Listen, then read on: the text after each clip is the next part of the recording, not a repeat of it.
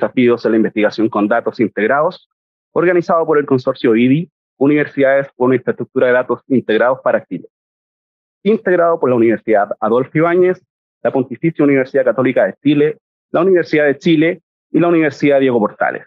Queremos saludar de forma especial a nuestra invitada especial, nuestra subsecretaria de Evaluación Social, Paula Poblete, a quien recibimos con un gran aplauso esta mañana.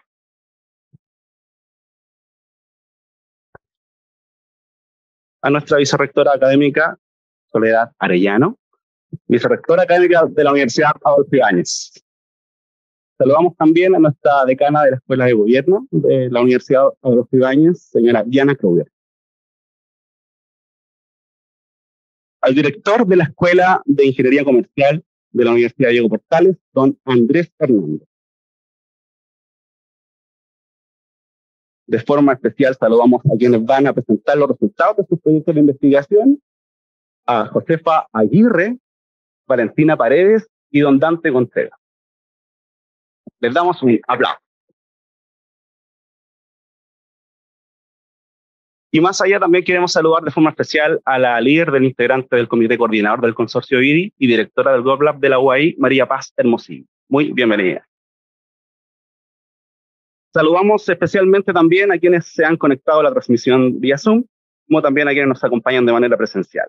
Las palabras de bienvenida están a cargo de la decana de la Escuela de Gobierno de la Universidad Adolfo Ibáñez, Diana Kruger.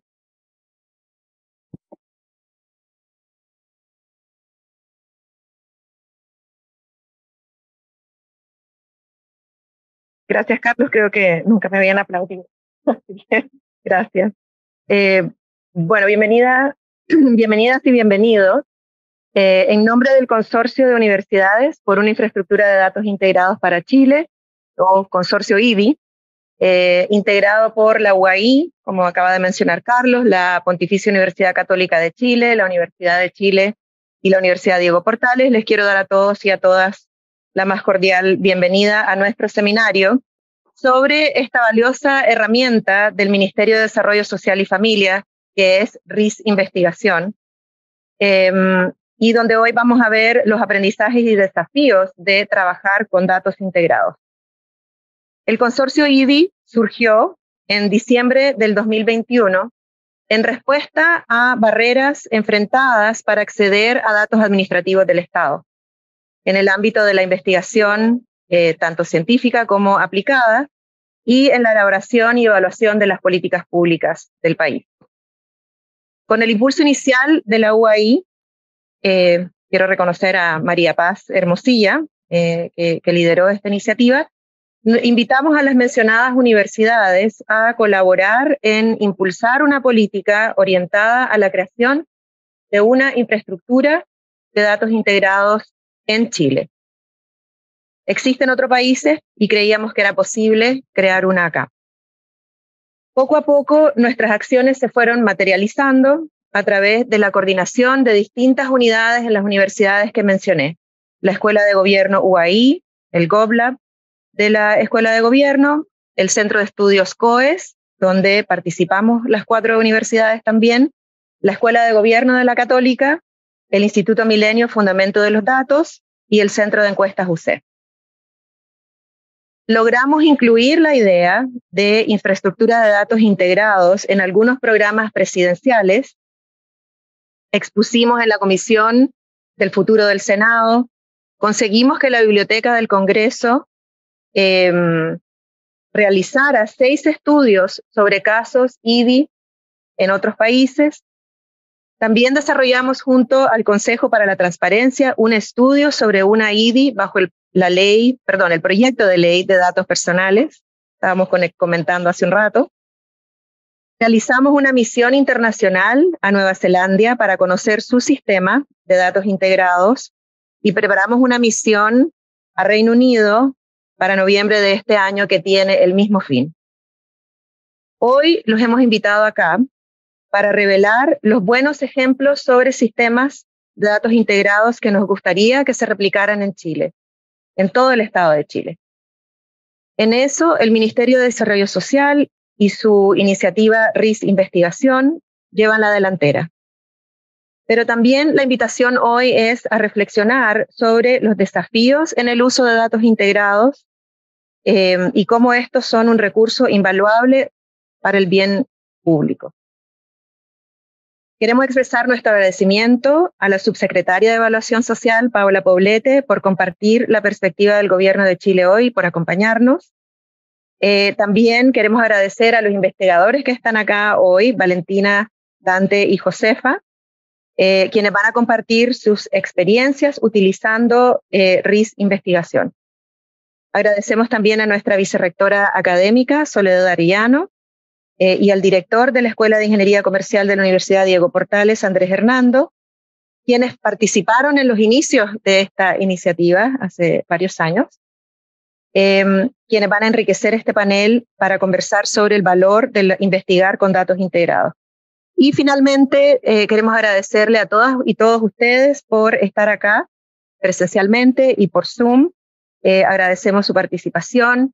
Esperamos que sea una jornada provechosa y enriquecedora para quienes estamos acá y conformando el ecosistema de políticas públicas. Muchas gracias.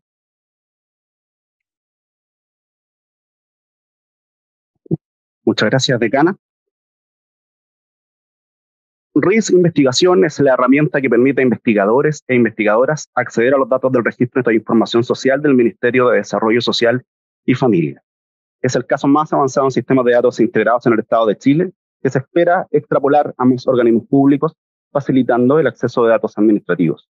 Hoy conoceremos los resultados de nuevas investigaciones que utilizaron la herramienta RIS Investigación y reflexionaremos sobre el valor público que genera el uso de datos administrativos integrados en las investigaciones. Para entregarnos su saludo y la visión del Gobierno de Chile, dejamos con ustedes a la subsecretaria de Evaluación Social, Paula Poblete.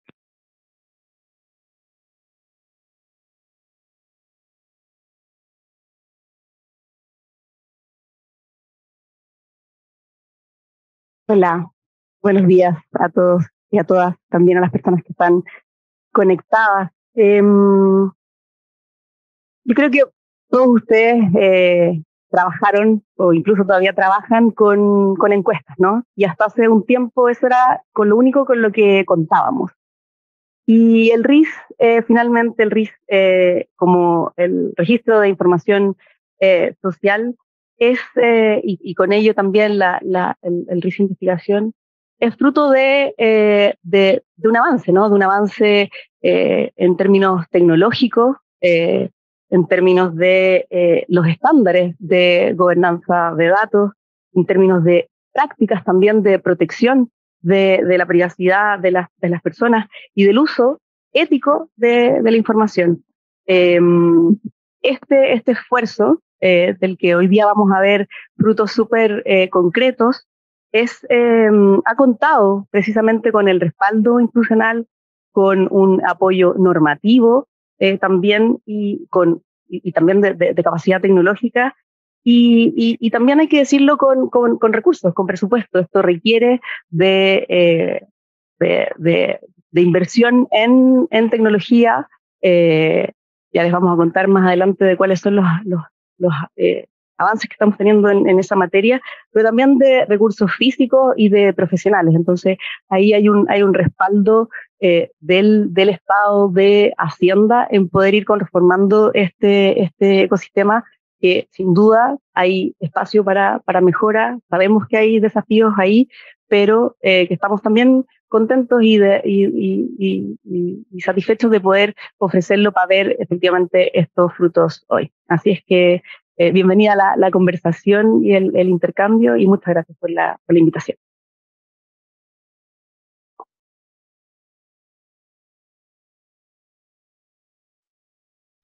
Muchas gracias, subsecretaria. Daremos inicio al primer bloque de este seminario con la presentación de 3 investigaciones que fueron realizadas utilizando RIS Investigación. Al término de cada presentación, ofreceremos la posibilidad de realizar preguntas a quienes nos acompañan de forma presencial y a quienes nos acompañan a través de la aplicación por Zoom. Abrimos la posibilidad de realizar preguntas a través de la opción Preguntas y Respuestas, que aparece en su pantalla. Luego de esta presentación, serán escogidas 2 preguntas para ser respondidas por el expositor inmediatamente al término de su exposición. Iniciaremos con la presentación de Valentina Paredes, investigadora de la Facultad de Economía y Negocios de la Universidad de Chile y del Centro de Estudios COES. Es ingeniera comercial y magíster en Economía de la Universidad de Chile y doctora en Economía de la Universidad de California. Su investigación se titula Participación laboral y efectos en la familia, evidencia del bono al trabajo de la mujer en Chile. Muy bienvenida a la entidad.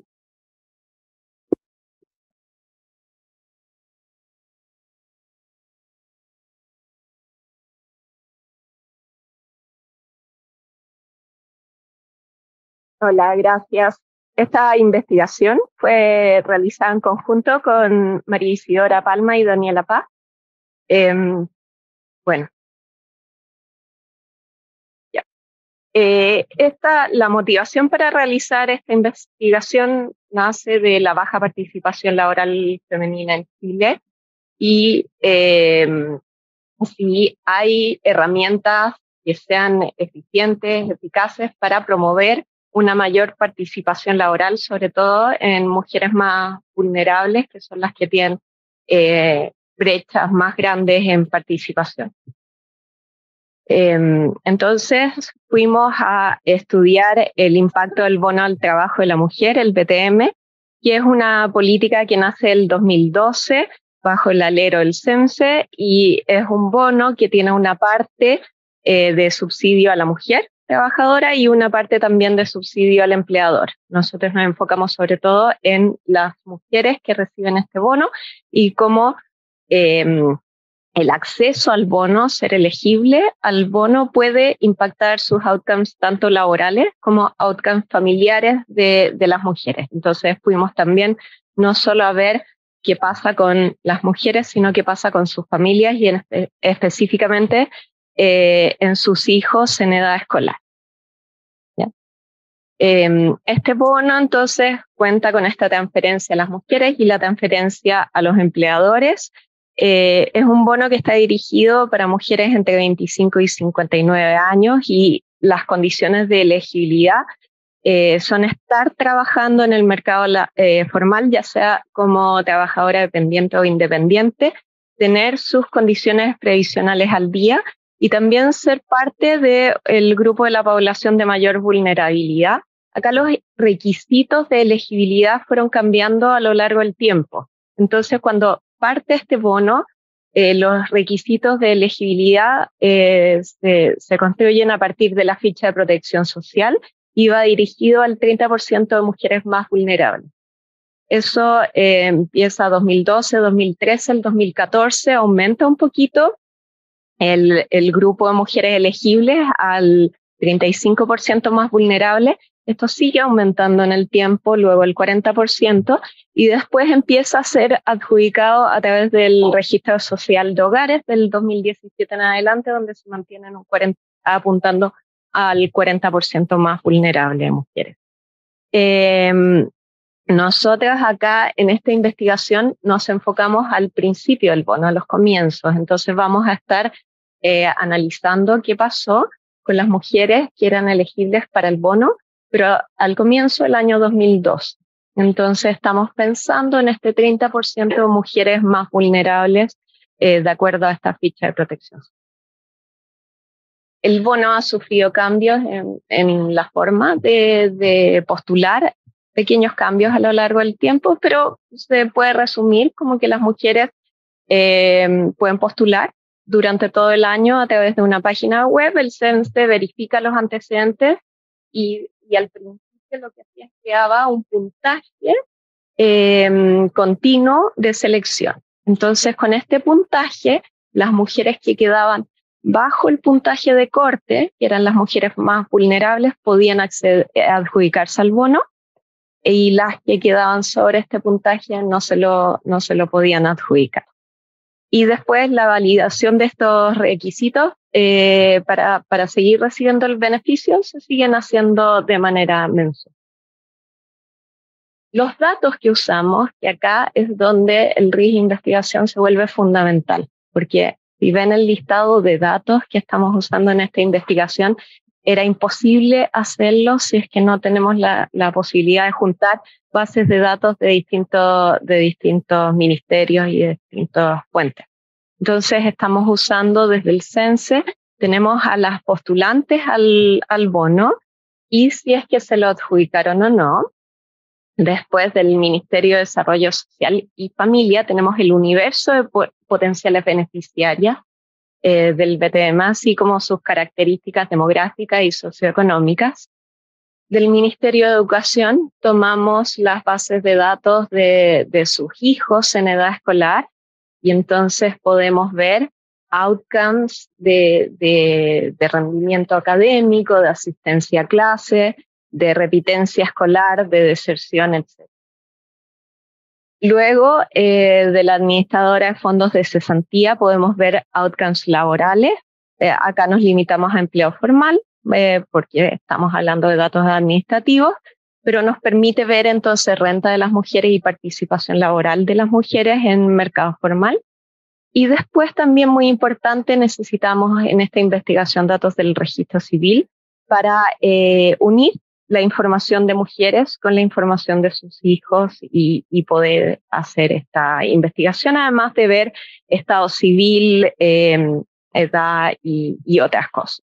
Parte de esta información también estaba en las bases del Ministerio de Desarrollo Social y Familia, pero si se fijan, esta es una investigación que no se puede realizar en otro contexto que no sea con datos integrados. Nuestra muestra entonces son mujeres entre 25 y 59 años que aparecían en la ficha de protección social en junio del 2002. El bono empieza en agosto, es la primera vez que pueden ser elegibles al bono, entonces estamos viendo como la primera posibilidad de ser elegibles. Tenemos también en nuestra muestra los hijos en edad escolar de las mujeres que aparecían en la muestra anterior.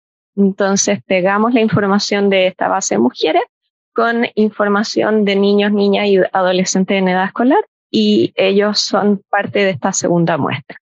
Y nos vamos a fijar entonces en dos tipos de outcomes, outcomes laborales y outcomes educacionales. Los outcomes laborales vemos empleo anual, si está o no trabajando algún mes durante el año, meses trabajados durante el año y renta anual.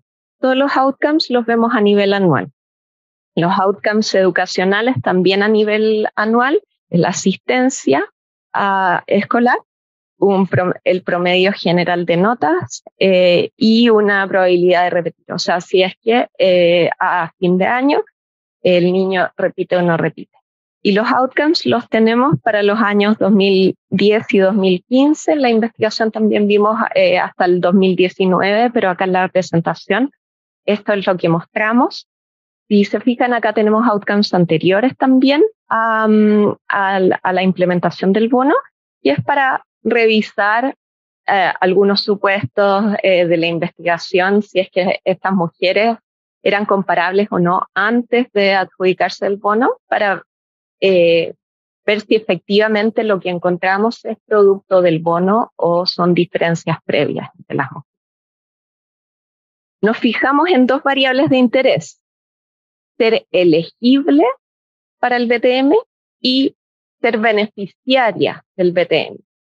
Son dos variables distintas porque puede que simplemente el hecho de ser elegible haga que las mujeres empiecen a trabajar más. Ser beneficiaria ya es cuando se adjudican el bono y eso también obviamente puede tener un impacto. Hacemos un análisis de regresión discontinua. No me voy a detener tanto en la metodología misma, simplemente estamos comparando mujeres con un puntaje de elegibilidad muy parecido. Estamos comparando entonces mujeres que están justo sobre el puntaje de corte y entonces no son elegibles al bono, con mujeres que están justo bajo ese puntaje de corte y por lo tanto sí son elegibles al bono. Estamos usando una ventana de elegibilidad chiquitita, entonces estamos pensando en mujeres que están entre 92 y 104 puntos en este puntaje de elegibilidad, donde el corte es 98. ¿Ya? Entonces son mujeres muy parecidas en cuanto a su vulnerabilidad, en cuanto a sus características, solamente que algunas son elegibles y otras no. Ya. acá tenemos los primeros resultados, eso de empleo en distintos años, y vemos que con los distintos modelos que probamos, ser elegible al bono no cambia la probabilidad de estar empleada. Entonces estamos encontrando un efecto cero en empleo. Acá nosotras nos preguntamos en la investigación por qué este efecto cero. Tal vez es que las mujeres están teniendo otras restricciones que les impiden trabajar, entonces que el bono no es suficiente. Entonces lo que hacemos a continuación es comparar acá mujeres con hijos menores de 6 años y sin hijos menores de 6 años, ya que los hijos menores en el hogar podrían ser una restricción bien importante. No encontramos efecto, no parece haber, aún en mujeres que no tuvieran hijos menores a 6 años en el hogar. También lo siguiente que nos preguntamos es tal vez, esto es ser elegible. Entonces tal vez muy pocas de las elegibles son finalmente beneficiarias. Encontramos que ser elegible aumenta la probabilidad de adjudicarse el bono en 14 puntos porcentuales. Entonces, efectivamente las elegibles son las que se adjudican el bono, pero estamos pensando como en un 14% las elegibles están adjudicándose el bono, o sea, no son tantas. Pareciera que hay un interés limitado en el bono y pareciera que hay otras restricciones más fuertes que están impidiendo que estas mujeres accedan al mercado laboral. Fuimos viendo, bueno, acá está el efecto de ser beneficiaria, nuevamente no hay un efecto y tampoco...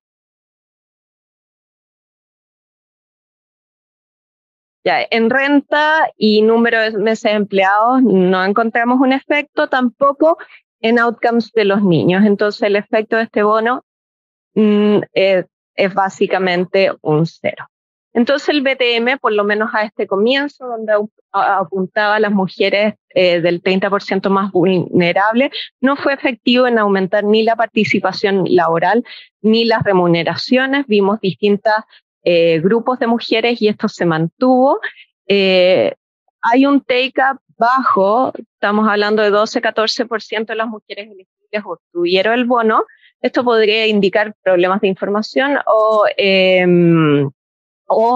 otras restricciones que no estamos siendo capaces de verlas en los datos administrativos, pero que hacen que el interés en acceder al bono sea limitado. Respecto al RIS, como comentarios finales, esta investigación no hubiera sido posible sin el RIS de investigación. Entonces, esta iniciativa permite el acceso a estos datos y permite poder contestar estas preguntas. Tal vez hubiéramos querido que el bono tuviera un efecto, pero saber que no lo tiene es importante, porque eso nos permite mejorar la política pública. El plazo de los convenios sumado a la complejidad de las bases de datos hace que haya que pensar siempre en cómo podemos mejorar esto y cómo podemos escalar. Hay mucho interés de muchos investigadores por acceder al RIS, entonces estar pensando cómo poder escalar esto para permitir más investigación de este tipo puede ser súper relevante. Entonces, te agradezco la oportunidad de este seminario y no me tomo un poco más. Muchas gracias, Valentina. Valentina, podemos pedir que preguntéis ahí, que hacer quienes interesantes. Pueden levantar su mano para solicitar la palabra y te la damos para ayudar.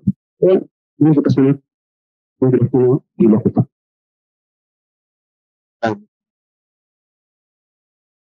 Una duda básica. En el RIS de investigación, ¿quién hace el cruce de las bases de datos? ¿Si estas ya vienen cruzadas por el ministerio o son los investigadores quienes hacen ese cruce? Y respecto del cruce, como cuáles son las variables que se toman para hacer ese cruce, entendiendo que hay ciertas variables que pueden ser más consistentes para hacer este cruce, por ejemplo el RUN, pero otras que quizás no lo son tanto, dada la naturaleza de la fuente, digamos, sean registros administrativos, sea otras. Esa es mi primera duda. Y la segunda duda es si pudieses como caracterizar un poco con más detalle quiénes son estas mujeres, las elegibles y las que terminan aplicando al bono, o sea, en términos de tramo etario, quizás lugares de residencia o dato más como territorial, eso. Gracias. Ya, entonces cuando uno postula los RIS de investigación, en el proyecto hay un listado de bases de datos a las que uno puede acceder, que son las que están en el Ministerio de Desarrollo Social y Familia. Es un listado bien grande, no son todas las bases de datos administrativas en Chile, pero el listado es bien grande. En el ministerio se encargan de esas bases, subirlas de forma anonimizada a un computador isla. Entonces, a lo que uno accede no es a la base pegada, sino a cada una de estas bases por separado con un identificador único.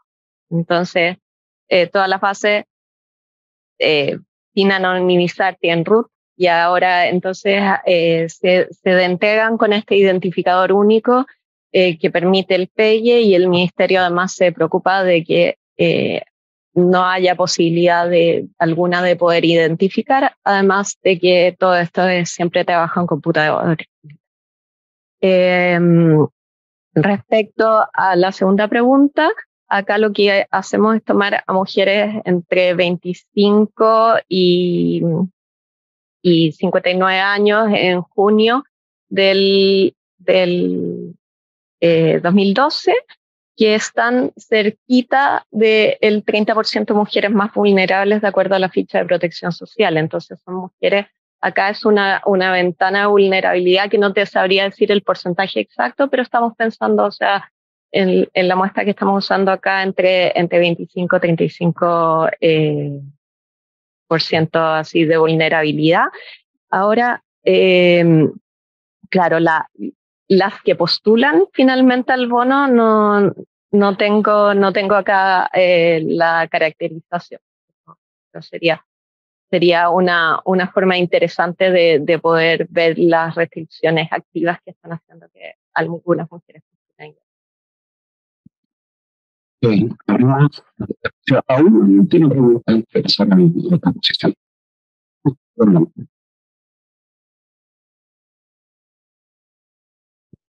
pregunta como técnica. Bueno, es una mezcla entre la participación o sea, el interés de la mujer y también de la empresa, ¿no? De la contratación. ¿Sí? Tiene esos dos factores, ¿no? Entonces, quizás yo recuerdo que en el subsidio del empleo joven, ¿verdad? Que lo evaluó Tomás Rao hace un par de años atrás, ocurría que algunas empresas no querían meterse al programa por temas burocráticos, etcétera, o desconfianza, no tengo idea. Entonces, quizá una cosa que ustedes podrían mirar en los resultados es filtrar un poco por algunas muestras de firmas, ¿no? Entonces, quizá en algún margen el match entre mujer y firma, de ciertas características, quizá ahí sí pega. Entonces, como tienen bastante información, que es una de las ventajas del RIS, quizás ponerle una lupa a ese par ordenado, ¿no? Mujer firma o tipo de firma en este caso, para ver si pillan algo distinto a lo que están mostrando. Sí, acá el bono, uno de los requisitos para postular es estar empleado. Entonces acá hay una cuestión un poco de timing, un poco difícil para la investigación, porque la mujer, su decisión de tomar el bono la hizo antes de la postulación misma. Entonces ahí hay algo que es un poquito como que da ciertos desafíos. Y por eso nosotros nos centramos en elegibilidad. Pero sí, tomo el punto y es una heterogeneidad súper interesante y es de las cosas que permite este tipo de pases. Gracias. Sí, muchas gracias, Valentina. Un aplauso también para él.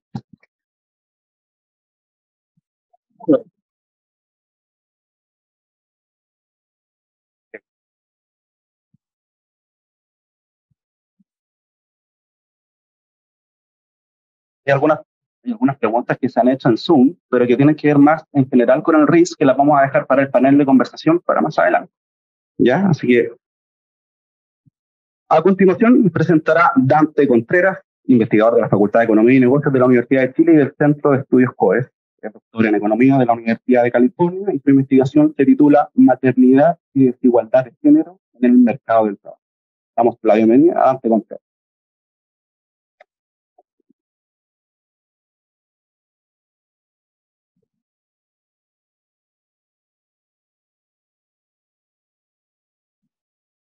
Bien, buenos días. Muchas gracias. Bueno, este es un trabajo conjunto con Pablo Muñoz, que ahora está en el CEA de la Chile, Cristóbal Otero, doctor de Berkeley, y ahora está en Columbia. Entonces, este paper lo que trata de investigar, ¿cierto?, es de qué forma la maternidad afecta a las desigualdades de género, particularmente en el mercado del trabajo, en términos de empleo y salarios, ¿ya? Esta es una agenda que a nivel internacional se conoce como la multa por hijo. Entonces, cuando nace un hijo, se hace la pregunta si eso tiene consecuencias en términos de las oportunidades laborales en empleo y salario. ¿Okay? Y este fenómeno es clave para entender la persistencia de la desigualdad de género en el tiempo. Es decir, si esto ocurre, bueno, esto podría tener eventualmente consecuencias relevantes en el país. Entonces, hay una agenda bien importante en el internacional en esta materia, y nosotros, usando el RIS de investigación, quisimos mirar los datos chilenos y ver si esto también ocurría de forma similar o distinta a lo que se había observado en otras partes. Bueno, algunos datos que ustedes conocen, por ejemplo, de acuerdo a la encuesta CACEN, la tasa de participación laboral en el 90 era 74% para hombres, 33% para mujeres. En el 20 esta cifra alcanza 66 y 44%. La brecha de género alcanzaba un 33% en el 2006, 25% en el 2020. Bueno, y hay un montón de datos que uno puede sacar de la CACEN y otras bases de datos donde muestran ciertas diferencias por género, ¿sí? Sin embargo, la hipótesis que está detrás de esta investigación es que uno de los factores más importantes para explicar esta desigualdad tiene que ver con la maternidad y este fenómeno que se conoce como child penalty o multa por hijo. Ahora bien, todo esto comienza en el 2019 con un paper de Kleven para Dinamarca, y que muestra que la multa por hijo a largo plazo genera una brecha aproximadamente de 20% relativo a los hombres, ¿ya? Esto en Dinamarca, y esto es bien importante enfatizarlo. Es decir, cuando uno dice, me gustaría avanzar hacia un país más desarrollado, más igualitario, uno siempre mira a los escandinavos, ¿no? Entonces uno mira a los escandinavos y dice, bueno, copiemos la Dinamarca, copiemos la Suecia. Bueno, ahí está Dinamarca, una brecha de 20%, a pesar de las políticas de proigualdad, de parental leave y otras cosas, ¿verdad? Sociedades muy progresistas en términos de igualdad de género, igualmente brecha bien importante. Entonces, llamaba harto la atención. Y luego, Kleven se hace muy famoso con su trabajo, entonces dice, sigo trabajando en esto, y avanza en examinar con la misma metodología distintos países que tienen distintas regulaciones, distintas normas laborales, distintos contextos sociales, distintas culturas, y encuentra, por ejemplo, que esta brecha, ¿cierto?, va entre 21 y 16% en países escandinavos, Dinamarca y Suecia, 31 a 44% en Reino Unido y Estados Unidos, 51 y 61% en Alemania y Austria. Brechas bien importantes en contextos distintos, en sociedades distintas, con niveles de desarrollo mucho más avanzados que el nuestro, ¿cierto? Entonces, acá algo está pasando. Entonces, por ejemplo, ahí ustedes tienen los gráficos, ¿cierto? Este es el primer paper de Kleven para Dinamarca. Entonces, la línea que ustedes ven más arriba, acá.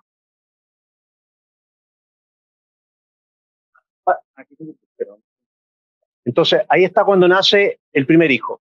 ¿Está bien? Entonces, explico un gráfico, después el resto es trivial. Entonces, ahí nace el primer hijo y ahí te muestra la diferencia entre hombres y mujeres antes del nacimiento del primer hijo. No hay diferencia, ¿ok?, en ingreso. Nace el primer hijo, los hombres seguimos igual y las mujeres, ¡pum!, tienen una brecha en términos de ingreso, es importante, pero lo más importante es que perdura en el tiempo. Eso es lo más preocupante. No hay una recuperación, ¿lo ven? Y tú vas a horas trabajadas, pasa lo mismo, empleo, pasa lo mismo, wage rate, pasa lo mismo. Entonces, nuevamente la pregunta está, si eso pasa en Dinamarca, ¿qué pasa en sociedades menos desarrolladas? Esa sería como la pregunta así como básica, ¿no? Más elemental. Bueno, entonces, Cleven y compañía ahora tienen un proyecto con LSI, ¿cierto? Que están levantando un montón de datos en distintas regiones del mundo. Y esto es lo que pasa. Europa en general, Norteamérica, Latinoamérica, Oceanía, Asia y África. África un poquito menos. ¿Ya? Cuando tú vas a los datos por países, los países que tienen menos brechas es China y Rusia, ¿ya? Y un país africano. Entonces la pregunta es, ¿queremos copiarle las políticas a esos países? No sé, ¿no? Uno tiende como a mirar a New Zealand, uno tiende a mirar a los escandinavos, a los europeos, ¿cierto? Y en esas regiones aparece este efecto. Entonces aquí hay un efecto importante, relevante, y que muestra la desigualdad de género en empleo y ingreso en todas partes del mundo de forma bien significativa. Bien, entonces, ¿qué es lo que hicimos nosotros? Bueno, recurrimos al research de investigación. Para nosotros esta es una iniciativa muy importante. Respondiendo a tu pregunta anterior, permite construir datos anónimos y por lo tanto uno pega bases de datos complejos, ¿verdad? Y posteriormente uno dispone de datos anónimos con lo cual uno hace análisis estadístico, ¿cierto? Entonces tenemos datos anónimos, ¿verdad? Con información laboral de madres y padres, junto con la fecha de nacimiento de sus hijos, y podemos, por tanto, examinar las trayectorias laborales de padres y madres antes y después del nacimiento del primer hijo y diferenciamos entre empleo público y privado. Empezamos a mirar esa arista y otras para ver si es que encontramos alguna variación con respecto a lo que se había encontrado previamente en los otros papers. Entonces, tenemos información del registro civil, información del seguro de cesantía, información de la superintendencia de pensiones, y de esa forma podemos examinar las trayectorias laborales. Ponemos atención, como les decía anteriormente, entre empleo público y privado, a ver si es que aparece algo. Y básicamente, como ustedes saben, los datos de seguro de cesantía incluyen datos del sector privado y por tanto, por complemento, podíamos sacar la gente que está en empleo público a través de la superpensión. El método que se utiliza, y acá no innovamos nada, sino que simplemente ocupamos la misma tecnología que se había ocupado previamente para compararnos con el resto del mundo, es Cleven del 2019, ¿verdad? Y este tipo de análisis se llama, que está en esta regresión que está acá, se llama estudios de evento, ¿ok? Y entonces aquí el evento es que nazca un niño o una niña, ¿verdad? Y básicamente, de un punto de vista de identificación, tú dices, bueno, esto tú no puedes elegir cuándo nace un niño. Tú puedes planificarlo, puedes intentarlo, pero el momento exacto donde nace no es posible, por lo tanto eso te genera una variación que te permite identificar el evento, ¿ya? Entonces, la variable acá es una variable de resultado, un outcome, entonces puede ser empleo, puede ser salario u otra variable que tú quieras definir. Y luego tú controlas por el periodo relativo al evento, nacimiento del primer hijo, después controlas por edad, ¿cierto? Para controlar efectos ciclo de vida y finalmente por tendencias temporales. Haciendo esa metodología, que es como decía anteriormente la estándar para examinar esto, los resultados que nosotros encontramos son los siguientes. Estos son resultados preliminares. De hecho, Pablo, uno de los coautores, va el viernes a revisar el código para ver qué está pasando con algunas cosas. Pero básicamente nos quedan 3 meses. Nos quedan 3 meses de proyecto para seguir revisando y seguir operando en este proyecto. Entonces, por ejemplo, aquí ustedes tienen empleo.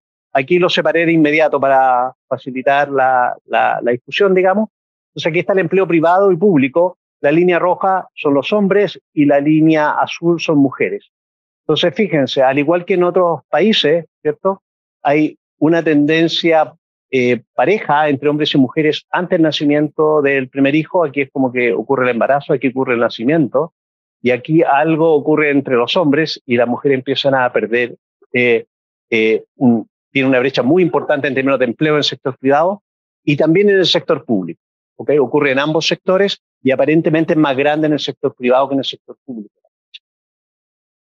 Después, en términos de ingresos, también ocurre lo mismo. Aquí está la brecha entre hombres y mujeres, una brecha bien importante en el sector privado y en el sector público también se observa, pero un poquito menos, ¿ya? Cierta tendencia similar antes del nacimiento. Entonces, el nacimiento del hijo o la hija está jugando un rol. está jugando un rol y posteriormente se generan brechas bastante significativas. Por tipo de contratos, ¿cierto? Aquí estamos examinando el efecto, entonces acá está, por ejemplo, trabajo dependiente y trabajo independiente. ¿Sí? Entonces, nuevamente observamos los mismos efectos, efectos bastante relevantes. Hay algunas cosas que nos llaman la atención y que estamos viendo. Por ejemplo, fíjense acá, algo pasa cuando nace el hijo al inicio, como que deben haber algunos bonos o algunos ingresos asociados a la maternidad o algo que genera algunos saltos. Estamos revisando esas cosas, digamos, pero la tendencia más larga es que efectivamente la brecha es bien relevante. En fin, entonces, lo que nosotros hicimos luego de esto, teníamos que escribir un informe de política pública y uno lo entrega al ministerio y el ministerio nos devuelve con comentarios y la verdad es que nos pusieron bien en aprietos, ¿ya? Porque lo que nos pregunta legítimamente la gente del ministerio, bueno, ¿cuáles son las recomendaciones de política pública? ¿Está bien? Y la verdad es que es bien difícil, o sea, porque la solución fácil es decir, bueno, igualdad en parental leave entre hombres y mujeres, políticas pro género, ¿te das cuenta? Esa es como la respuesta fácil, la respuesta como directa, pero lo que no responde a esa pregunta, bueno, ¿y por qué no en Dinamarca no funciona? ¿O por qué no funciona en Suecia? ¿O por qué no funciona en Alemania? O sea, aquí hay algo más, ¿te das cuenta? O sea, en el fondo es como más generalizado el efecto. En sociedades más avanzadas y menos avanzadas, con normas culturales de cierto tipo o de otro tipo, el efecto perdura en el mundo. Por lo tanto, nosotros también lo estamos observando en Chile, es relevante, la magnitud es relevante, pero eso nos fuerza a pensar políticas distintas en términos de buscar mecanismos que permitan cerrar la brecha. ¿Me expliqué? Entonces, ese es un desafío bien importante. Entonces, lo que nosotros estamos discutiendo en este minuto, que esto de forma bien preliminar, es de alguna forma quizá uno lo que tiene que hacer es inventar una política muy diferente a la que se ha hecho antes. Como decir, ¿sabes qué más? Hay que pagar por hijo. Tenemos medidas las brechas y por lo tanto tú dirías, sé que hay que pagar por hijo. Y a lo mejor lo tienen que pagar los padres.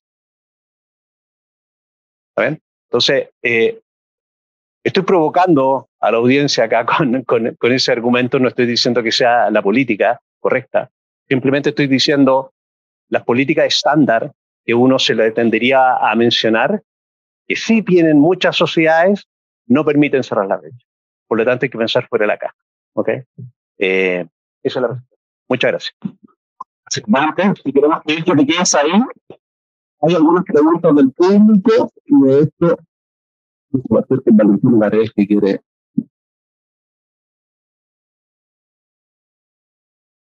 Gracias, Pati. ¿Qué pasa por estado civil de la mujer y de padre y madre? Hay que hacerlo, no lo hemos hecho. Tarea para la casa. Nos quedan 3 meses, así que podemos hacerlo.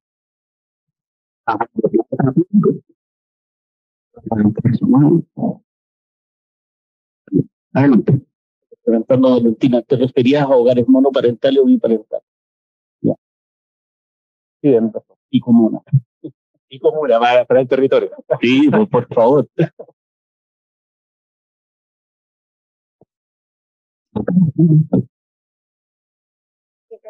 Más que una pregunta si esos saltos que se ven justo después del nacimiento tiene que ver con la política postnatal. Pues, estamos justamente viendo este punto. ¿Te das cuenta?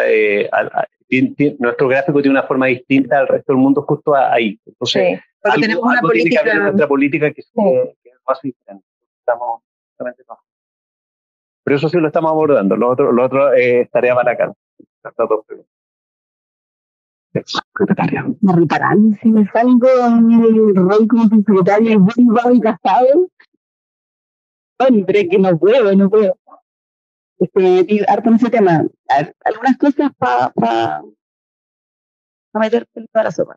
Lo primero es decir que este señor Klein no es el primero que habla de esto. Probablemente el problema de que me hablaba antes era mujer. Tenemos a Michelle Bobis trabajando en esto desde principios de los 2000, su paper más pragmáticos del 2014, y ahí precisamente habla de los gráficos mucho más parecidos a los chilenos, que son precisamente un castigo a la maternidad, pero también un premio a la paternidad. Entonces, cuando hablas de esta recomendación de política provocadora, creo que también hay pistas, digamos, porque la brecha, en el fondo, aplacar el premio, disminuir el castigo. Y lo otro es que, claro, tú dices, hay políticas disparitarias que no han resultado, pero tampoco lo sabemos porque no tenemos el contrafactor. En Dinamarca, siempre esas políticas paritarias sería aún peor. No lo sabemos. Yo creo que renunciar a efectivamente tener un código laboral más paritario que resuelva las brechas, digamos, vergonzosas que hay ahí con solo derecho, por ejemplo, al cuidado de los niños y las niñas en sala cuna por parte de las trabajadoras y no de los trabajadores, o el postnatal, que es un derecho para las mujeres que tienen que renunciar a él para acceder al padre, etcétera, el derecho a alimentación, etcétera, todas las cosas que están ahí solo exclusivas para las mujeres. Yo no renunciaría a eso solo porque en el fondo todavía hay una brecha en Dinamarca que ya tiene resueltas los tipos de cosas. No, completamente de acuerdo. De hecho,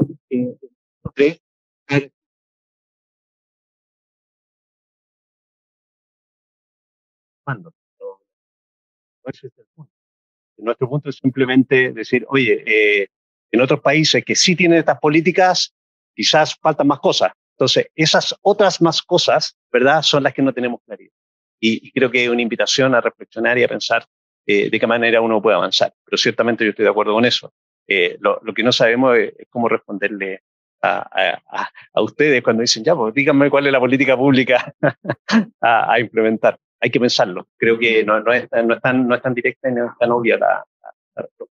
Dante, le vamos a dar la palabra a la decana que quiere otras preguntas y luego vamos a revisar el Zoom, que hay 2 preguntas. O lo podemos hacer después. Perfecto. En Zoom hay 2 preguntas que la puedo leer inmediato. Pregunta para el presentador. Entiendo que el mecanismo para el cálculo es diferente. ¿Cómo saber si usted está en esto de abatido de segundo? Una pregunta. Luego me parece que se habla de diferencias de nivel educativo y menores en esta brecha.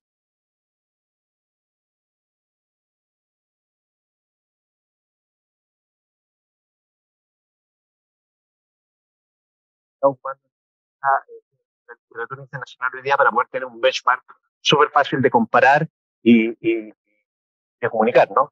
Entonces, claro, uno puede optimizar esto en distintas dimensiones y puede efectivamente examinar distintas heterogeneidades, por regiones, por niveles educacionales, como se comenta, o por ejemplo, por mujeres en hogares monoparentales o no, etcétera. Uno puede examinar distintas métricas, hoy día hay mucha heterogeneidad, y eso es parte de las cosas que vamos a hacer. El tema es que esta primera fotografía lo que buscaba era simplemente igualarnos, ¿verdad?, con el benchmark internacional y ver si es que la imagen o la foto parecía similar. Y creo que efectivamente eso es lo que suma. Bueno, muchas gracias. Vamos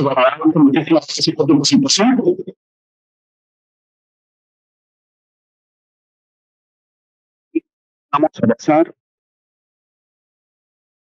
a la última presentación antes de pasar al panel de reflexiones, donde vamos a conversar muchos temas sobre cómo funciona RIS Investigaciones. A continuación presentará Josefa Aguirre, economista, académica e investigadora del Instituto de Economía de la Pontificia Universidad Católica. Es doctora en Economía y Educación de la Universidad de Columbia. Su investigación se titula Educación Superior y Movilidad Social. Muy bienvenida.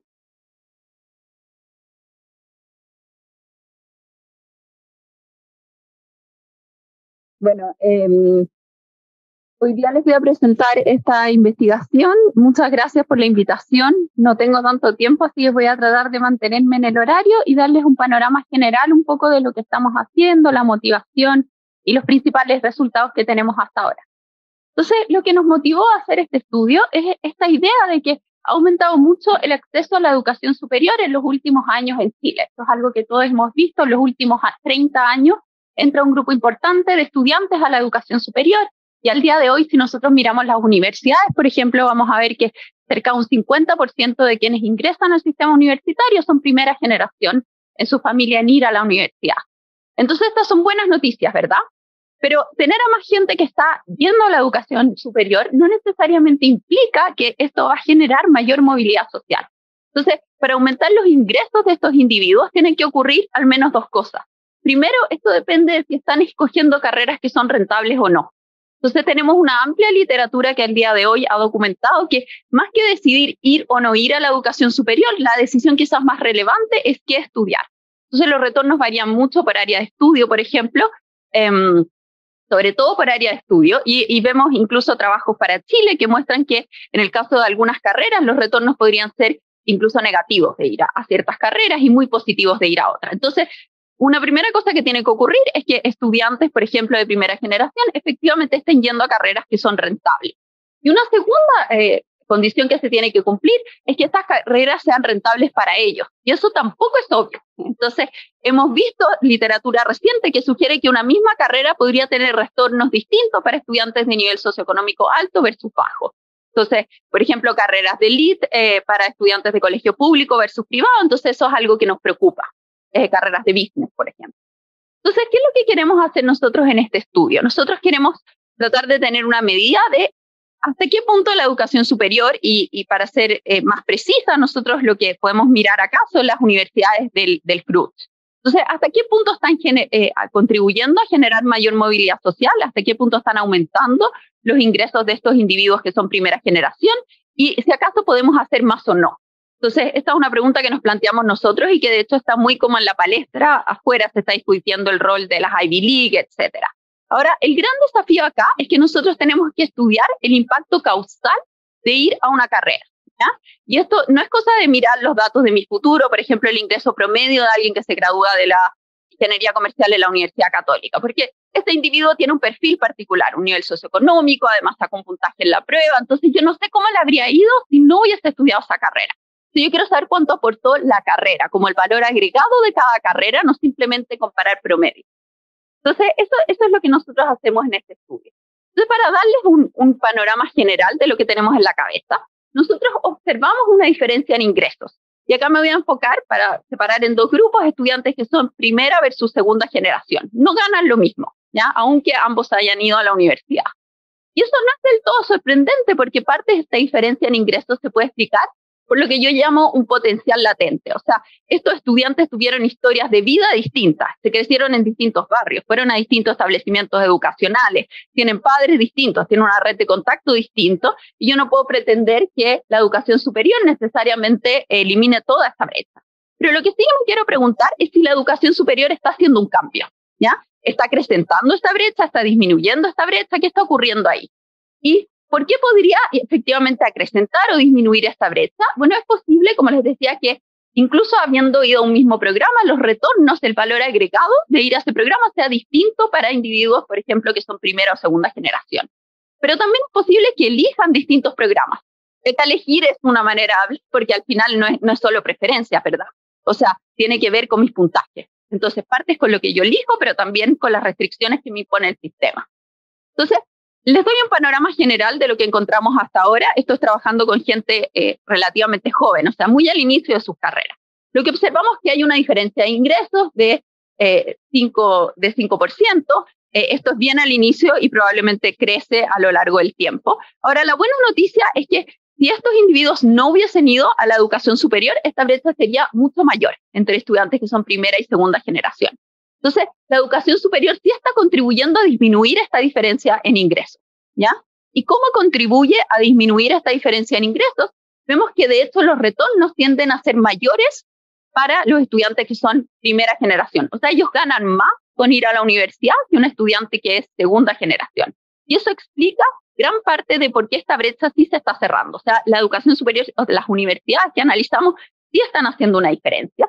Y de hecho, la elección de programas también les juega a favor a los estudiantes que son primera generación.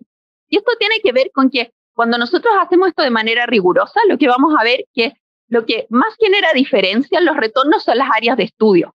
Y los estudiantes que son primera generación tienden a alejarse de áreas como arte, humanidades, que son justo las que tienen un menor retorno en términos de ingresos. Entonces, no es que estén eligiendo más. Ahora, esto tiene un límite, no ayuda a cerrar demasiado la brecha, por lo que les decía de que está la limitante puntaje, ¿ya? Entonces, ese es el tipo de cosas que nosotros mostramos y como no tengo mucho tiempo, les voy a dar como una mirada general de algunos de los resultados y cosas y análisis que podemos hacer con este estudio. Entonces, quizás acá no me voy a detener en la metodología mucho, sí hablar obviamente de los datos. Entonces, nosotros trabajamos con el RIS y esta es obviamente también una investigación que jamás habría sido posible sin el RIS de investigación. Entonces, nosotros aquí tenemos todos los datos del DEMRE y de educación del Mineduc. En el fondo tenemos todo lo que es la postulación, matrícula, etcétera, y eso lo unimos a datos de ingresos. Entonces, acá tenemos una medida que es en los fondos de pensiones, el seguro de cesantía, tiene sus limitantes y por eso también en parte nos enfocamos en gente joven porque tenemos este máximo imponible. Si nos vamos mucho más allá en el tiempo, sobre todo si estamos pensando en educación superior, ya tenemos demasiada gente en el máximo imponible. Entonces, ese es un desafío que tenemos. Y lo que es más interesante del RIS, incluso que agregar datos de ingreso, es que nos permite tener un panorama más general. Entonces, algo de eso les voy a mostrar. No solo cuál es el impacto de ir a la educación superior en ingresos, pero, por ejemplo, cuál es el impacto en fertilidad o en matrimonio, y esto va a ser súper relevante cuando estamos pensando en una arista género, que es lo que estamos explorando ahora.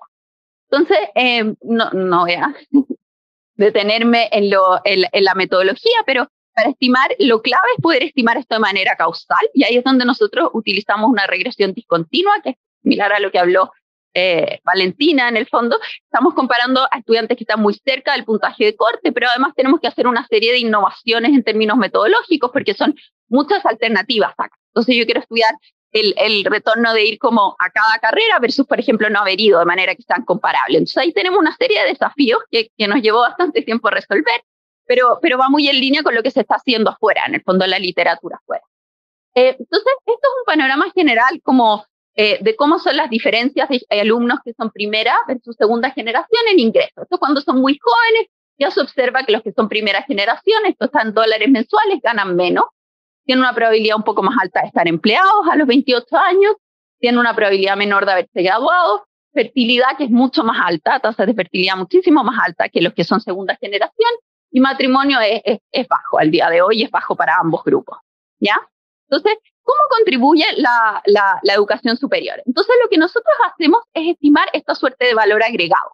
Entonces, acá cada punto es una universidad y un área. Por ejemplo, esto podría ser business en la Universidad Católica. Bueno, de hecho es una carrera de salud, así que yo, medicina en la Universidad Católica. En el eje X tengo cuál es el valor agregado para la segunda generación. Entonces, lo que vemos es que las carreras que están por acá arriba son las carreras más rentables para quienes son de segunda generación. Y son sobre todo en áreas, acá está salud, que son los puntos azules, negocios, business, que son los puntos verdes, y algunas de tecnología e ingeniería, que serían los puntos rojos. Y eso va muy en línea con lo que se han encontrado estudios previos que han ocupado datos de Chile, pero también en el contexto internacional. O sea, estas áreas pagan mucho más, aumentan mucho más los ingresos. Y lo que tenemos en el eje Y son los retornos para la primera generación. Entonces, si fueran idénticos para ambos, estarían todos en esta línea de 45 grados. Pero vemos que de hecho los retornos son más altos para o sea, ellos se ven aún más beneficiados por ir a este tipo de carreras, ¿ya? En promedio. Y pareciera ser que las más rentables, las que más contribuyen a aumentar ingresos, son este tipo de áreas, ¿ya? Nosotros acá lo tenemos, los puntos rojos son primera generación, puntos azules segunda generación, y vemos que en general, de hecho, el valor agregado a las carreras es más alto para quienes son primera generación. O sea, ellos ganan más con ir a este tipo de carreras. Y una excepción sería agronomía, donde se genera el efecto contrario, el retorno es bajo y mayor, si algo, para estudiantes que son de segunda generación. Pero aquí hasta acá el panorama es más o menos positivo. Y otra pregunta nos podemos hacer, ¿cómo varía esto por universidades? ¿Ya? Entonces, podemos analizar acá universidades de elite, que lo definimos, Universidad Católica, Universidad de Chile, privadas y públicas. Y acá lo que tenemos son universidades del CRUCH, que es para las que tenemos más información como cortes más antiguas de admisión.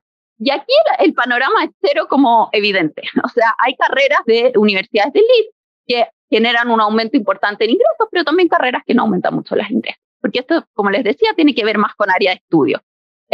y lo mismo universidades privadas y públicas. Si algo vemos que de hecho los que más logran aumentar los ingresos de estudiantes de primera generación son universidades públicas, ¿ya? Acá estamos viendo solo la arista de cuánto aumentan los ingresos. A esto uno le puede añadir la variable cuántos estudiantes aceptan. Y acá las universidades públicas de nuevo aceptan un porcentaje mucho más alto de alumnos que son primera generación.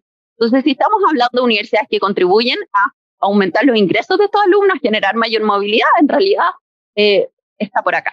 Y es en línea con todo lo que se ha visto, por ejemplo, en Estados Unidos, y un poquito cuestionar al rol que cumplen las universidades de élite y si acaso podrían hacer más. Acá no me voy a saltar porque ya estoy casi en el tiempo. Lo interesante de estos datos es que podemos mirar no solo, en el fondo, cómo cambian los ingresos, sino mirar una serie de otros indicadores. Y en general, acá tenemos, por ejemplo, carreras que generan mayores aumentos en empleo. Esto es como este valor agregado. Nuevamente, son también carreras que generan más retorno. Carreras que aumentan más la probabilidad de graduarse son también carreras que generan más retorno. Todo va como en la misma sintonía. No así fertilidad y matrimonio, lo que no me sorprende nada, porque el efecto es como distinto para hombres y mujeres. Si alguno, lo que se observa es que carreras de más retorno tienden a disminuir la fertilidad de las mujeres y el matrimonio. Y el opuesto ocurre típicamente para los hombres. Tengo unas tablas terribles, yo creo, así que voy a ir como a grandes rasgos el tipo de ejercicio que nosotros podemos hacer. Nosotros vemos que la educación superior, por ejemplo, ayuda a disminuir esta brecha que existe en ingresos y queremos entender cuánto se explica por, en el fondo, los retornos y gran parte, como les decía, cerca de un 80% se explica porque estas carreras rentan más para alumnos que son primera generación que para los que son segunda generación. Y también ocurre que estos alumnos escogen programas que son más rentables, se tienden a ir más a estas áreas más rentables y menos a estas áreas como decía humanidades. Ahora, hay un límite ahí porque tienen la arista puntaje, ¿ya? Entonces, eso es algo que uno se puede cuestionar, cómo, en el fondo, cómo funciona actualmente el sistema de admisión a la educación superior, porque si nosotros tuviéramos otro sistema, de hecho, esto generaría aún mayor movilidad. O sea, la buena noticia es que estos estudiantes sí están ganando con muchas de estas carreras, pero hay algunas a las que no pueden acceder.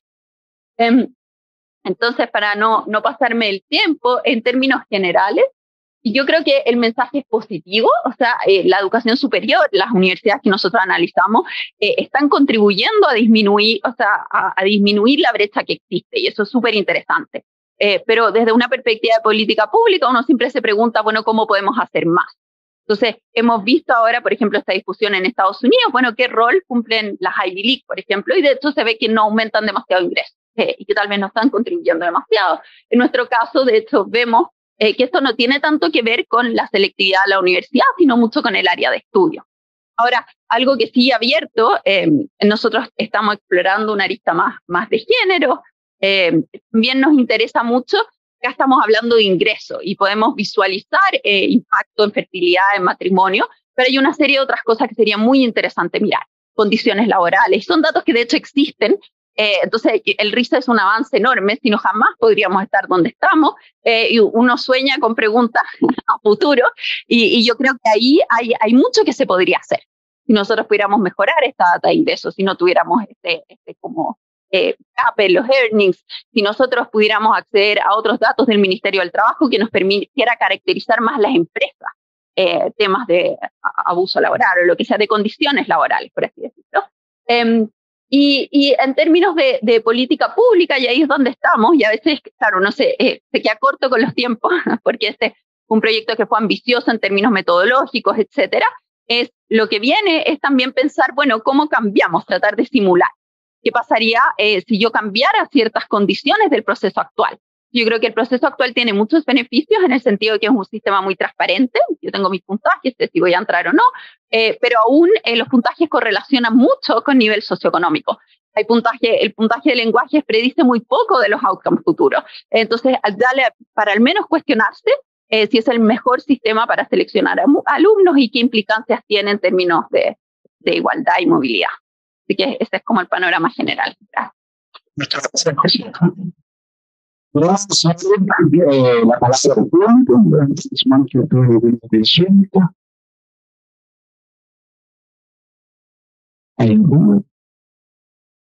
muchas esperanzas, realmente. Es súper interesante una cosa que yo trataría de hacer es que pueden poner efectos fijos por las universidades, porque tus grupos son muy grandes y hay mucha variabilidad al interior de los grupos.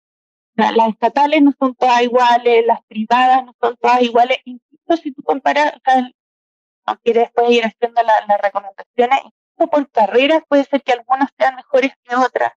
Como tienes tantos datos, yo creo que podrías tratar por último, por ejemplo, por años de acreditación, ¿sabes? Como para precisar un poco más el foco, porque la varianza dentro de cada uno de los grupos es muy grande. Entonces, la recomendación de política pública es un poco precisa en ese sentido. Eso es un elemento. Y lo segundo, que tú estás mirando el retorno en base a los ingresos que generan, que te falta la parte del costo. Donde, claro, hay varias universidades que están en gratuidad, no todas están en gratuidad, tienen sistemas de beca, etcétera, pero por lo menos en el análisis, a lo mejor si no tienes información, que en el fondo no está, yo creo que en el análisis sí habría que incluir alguna discusión respecto de ese punto. Sí, o sea, los dos muy buenos puntos.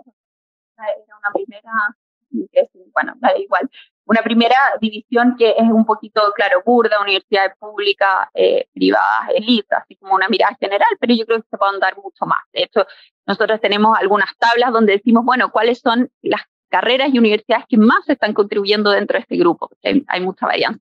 Y lo de los costos es algo que ha cobrado mucha relevancia ahora, porque es un muy buen punto. O sea, hay carreras de salud que son, por ejemplo, muy caras. Entonces, de hecho, este análisis cambia bastante. Podría cambiar si nosotros le añadimos la variable costo, sobre todo pensando en carreras, por ejemplo, algunas de salud. Entonces, sí, perdón, el punto. Muy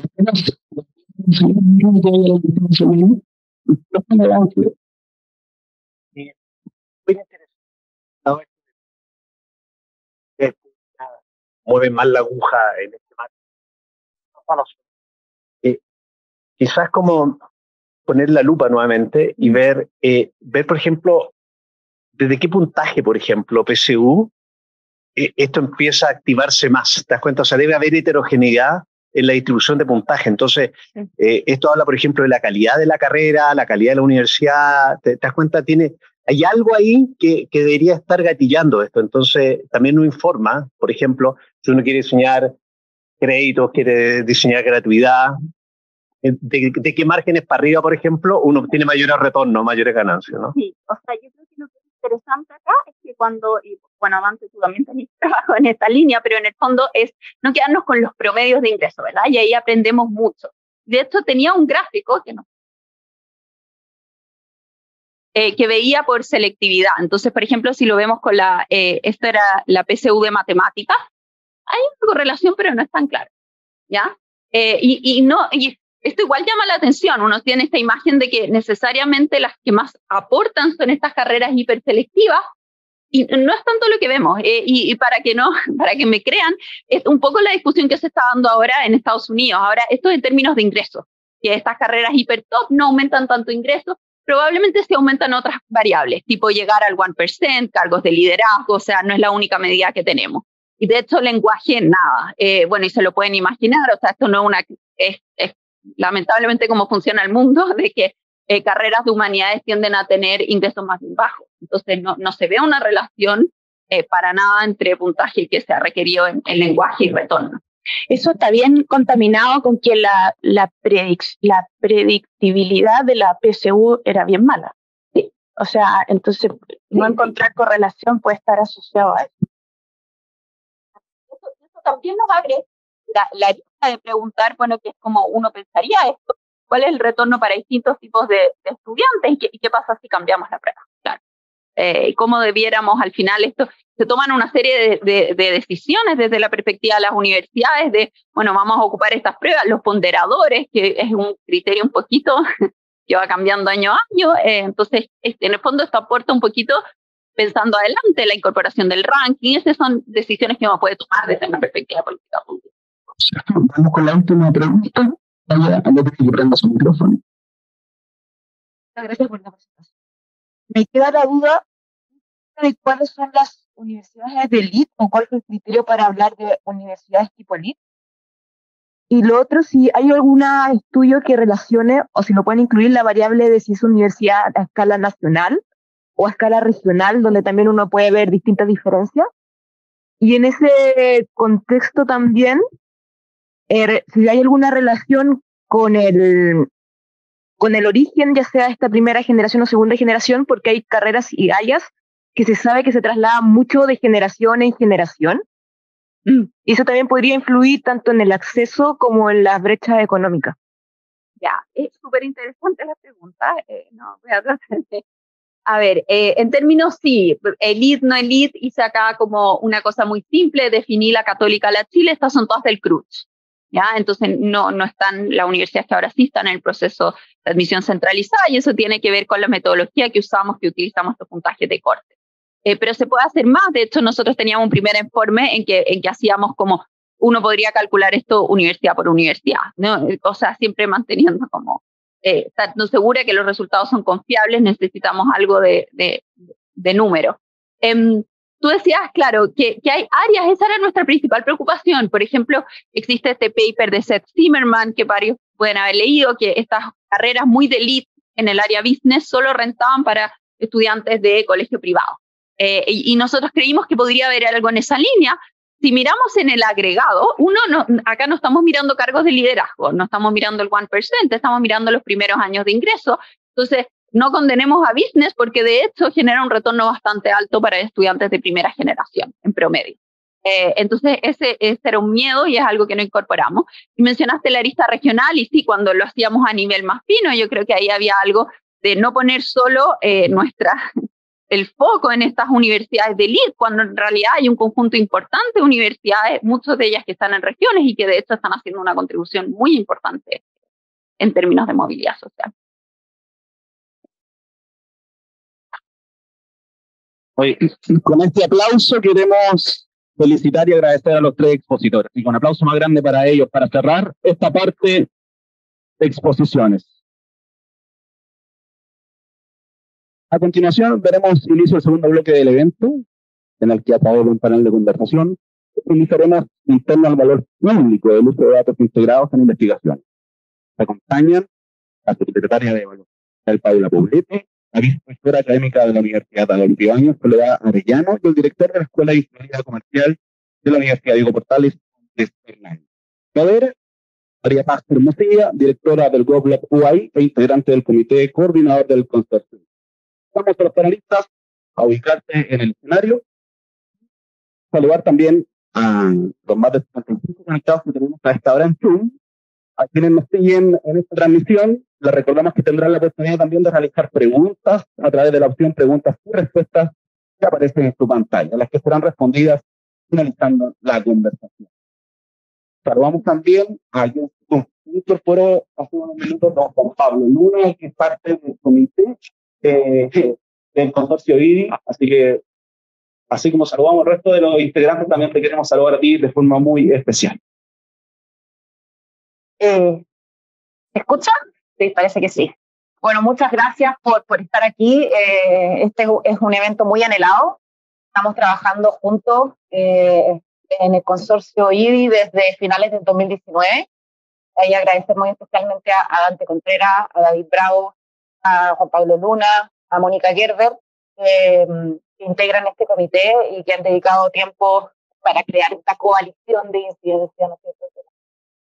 Agradecer muy especialmente a nuestros invitados del panel porque tenemos 40 minutos para esta conversación y tenemos preguntas muy...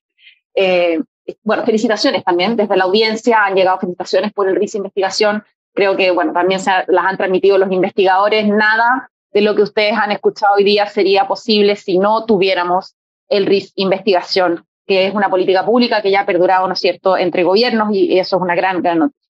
La idea es partir conversando sobre, a partir de los resultados que vimos hoy, subsecretaria, ¿qué implicancias ve en las políticas públicas para el país? ¿Cómo se vinculan estos resultados con el proceso de construcción de una política, programa o plan? La pregunta va para usted, pero también, Andrés, si quieres comentar después, pueden escoger alguna de las tres, no es necesario que se refieran a las tres, pero hablemos de esa vinculación entre este resultado y la misma política pública. Gracias. Bueno, un poco ya se adelantaba en la conversación previa, Dante lo decía, el equipo pide recomendaciones de política, y eso tiene que ver porque el Ministerio también, en la Secretaría nuestra, tenemos el sistema de monitoreo de programas sociales. Para diseñar un nuevo programa, una nueva política pública o para reformularla, uno de los insumos clave es precisamente la evidencia. Y la evidencia que puede aportar tanto a nivel nacional, pero idealmente también a chileno. Por lo tanto, realmente llega una cartera del Ministerio reformular un programa, por ejemplo, ahora a reformular el subsidio de el trabajo de mujer, de educación, cambio, un acceso a la educación superior basado en lo de movilidad. En el fondo hay un círculo virtuoso donde se pusieron los datos a disposición de la academia, se pusieron los datos a disposición de la investigación, y eso nutrió luego entonces el diseño de políticas públicas. Así es que yo creo que ahí es donde está precisamente la mayor virtud, y es el leitmotiv del RIS. Yo sé que desde el lado de los investigadores, obviamente, muchas veces hay preguntas que queremos hacer no necesariamente para contribuir a la política pública, o que están en un proceso embrionario que en una de esas después quizás se traduce, pero no es necesariamente lo que motiva inicialmente. Pero eso, en esta etapa, no es posible. Por ahora, el mandato legal que nosotros tenemos es de poner a disposición los datos exclusivamente para recibir recomendaciones de política pública. Gracias.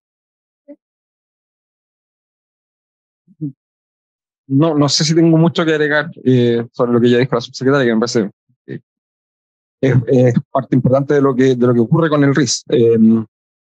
Después puedo hablar un poco más sobre eso, pero el único comentario, digamos, porque me quedé con la hora pasada que me pude hacer la pregunta, cuando me tocó estar en parte en el equipo que diseñó el bono del trabajo de la mujer, y una de las discusiones que recuerdo que tuvimos con DIPRES en ese momento fue por el take-out, o sea, cuánta gente iba a tomar, efectivamente.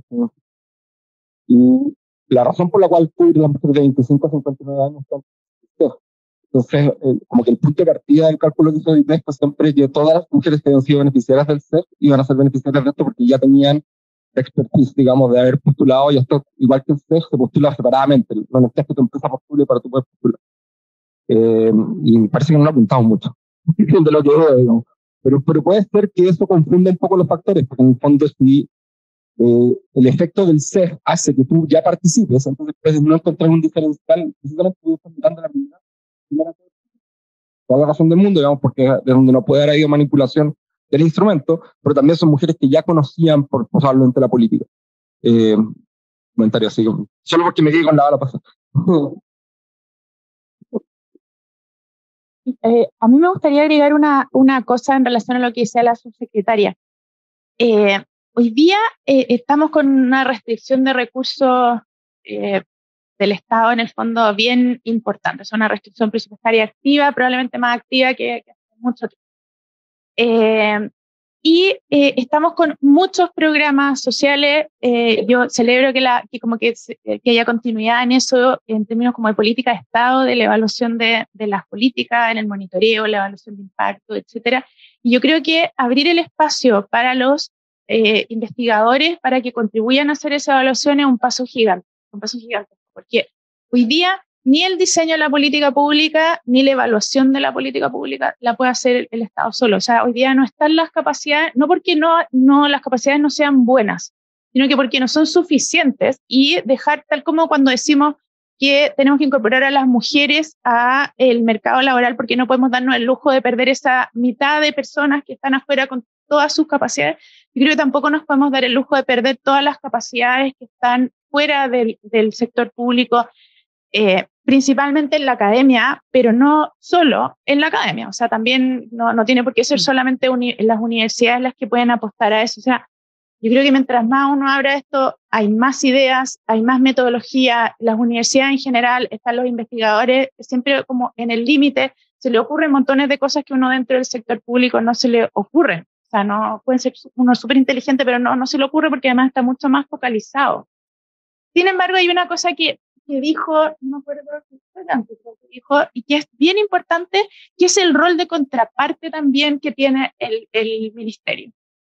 Porque en el fondo, y a uno que le ha tocado estar a los dos lados de la mesa, en el fondo cuando uno está en el diseño, como en la academia y uno ve el diseño, uno busca la política perfecta que considere todas las elasticidades, que sea focalizada perfecto, todos los incentivos y todas las cosas, pero cuando uno hace al otro lado se da cuenta que esas cosas no se pueden hacer. O sea, que cuando hay muchas cosas que, o sea, otra cosa es con guitarra, yo creo que un aprendizaje súper importante, y en ese sentido el tener al otro lado una contraparte del ministerio que desafía al académico y en el fondo le diga, oye, ya, pero ¿y qué hago con esto? O sea, creo que esa relación creo que hay que cuidarla. Y hay un doble rol de las dos áreas que me parece que es muy importante, porque no es una relación bilateral en el cual el Estado le entrega los datos a la academia para que la academia desde arriba haga sus recomendaciones o haga sus análisis, sino que, o tampoco es como que uno le pide, sino que es de ida y vuelta. Y creo que esa relación es muy rica y que a la larga va a terminar como enriqueciendo y mejorando nuestras políticas públicas.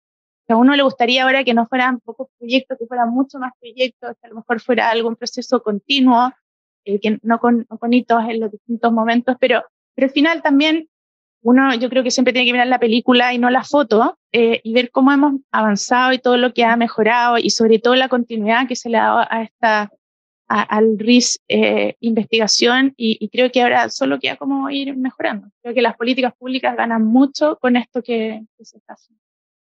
Muchas gracias. Bueno, la siguiente pregunta es para los tres panelistas. ¿Cómo se puede mejorar el acceso a datos administrativos integrados para la evaluación de políticas públicas y la investigación científica?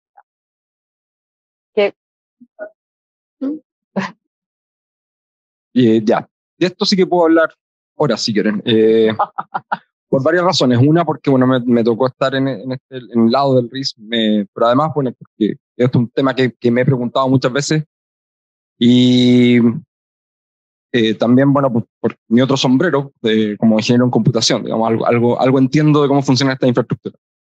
Entonces, a ver, cosas que se pueden hacer desde más difíciles, o sea, desde más fáciles a más difíciles. Una de las cosas que yo haría, fue un dolor de algunos investigadores, es que en el fondo los plazos son acotados, los procesos se van enlenteciendo. La academia es difícil, la academia avanza como por empujones, digamos. Entonces, quizá uno debería poner dentro del programa de trabajo con el RIS, uno debería decir, mire, voy a tener estos puntos intermedios, y cuando yo alcanzo esos puntos intermedios, eso me habilita una ventana nueva de investigación. Y de esa forma como que se alinean los incentivos entre lo que el académico quiere hacer y lo que puede ir haciendo también el sistema. Eso es una cosa que se me ocurre. Otra cosa es que uno puede tratar de abaratar costos. Hay varias formas de abaratar costos. Una, por ejemplo, que a mí siempre me idea que alguna vez propuse cuando estaba en el CEP y podía proponer cosas sin responsabilidad alguna. Sigo haciéndolo, pero ahora tengo que ser un poco más responsable. Es que uno debería tener bases de datos mock-up. O sea, uno debería tener una base de datos que fuera una copia de esto, con datos completamente inventados, disponible para todo el mundo en la página web, que yo pudiera bajar y pudiera hacer mi regresión, hacer mi análisis, simular todo en mi oficina, y cuando estoy seguro que mis programas hacen más o menos lo que quiero que hagan, ahí postulo y digo, esto, ya sé lo que se puede hacer, sé cómo lo puedo hacer. Y eso facilita, porque abarata los costos de aprendizaje. Cuando uno se enfrenta como investigador a una base de datos, uno se gasta un montón de tiempo, no solo analizando la estructura de las datos, es la parte fácil. La parte difícil es entender los datos, entender qué significan los números que están adentro. Y eso uno puede hacerlo asincrónicamente, no tiene para qué estar en el computador isla si uno tiene una base mockup que pueda mirar, ¿cierto? Eso no es tan costoso. Por supuesto, requiere un montón de inversión inicial, pero una vez que está hecho, eso ya se tiene arriba. Que es, por ejemplo, una de las ventajas que tenemos con la AFC, que nos disponibiliza esta base, ¿cierto? Esta muestra, y que uno la mire y ya conoce la estructura, ya sabe básicamente cómo trabajar con los datos que tiene dentro. Después uno puede buscar socios. Yo creo que si uno le ofreciera a las universidades tener salas, esto lo vimos en Nueva Zelanda, cómo funciona, que tener una sala isla, en el fondo que sea como un terminal aislado de esto, las universidades estarían felices, las que tienen la plata, no todas tenemos la plata para hacerlo, pero las que tienen la plata estarían felices de proveerlo. Y se les puede exigir además que sea un bien público, o sea, que le permita acceso no solo a los investigadores de esa universidad, sino que también les dé slots a otros investigadores. Esa es otra opción, ¿cierto? Y reduce también los costos de transacción. Y eso además lo podemos tener distribuido geográficamente, porque en Chile un investigador de la UFRO, si quiere hoy día trabajar en el RIS, tiene que ir a Santiago, y eso es... La virtualización también puede resolver parte de eso, pero las cosas que se me...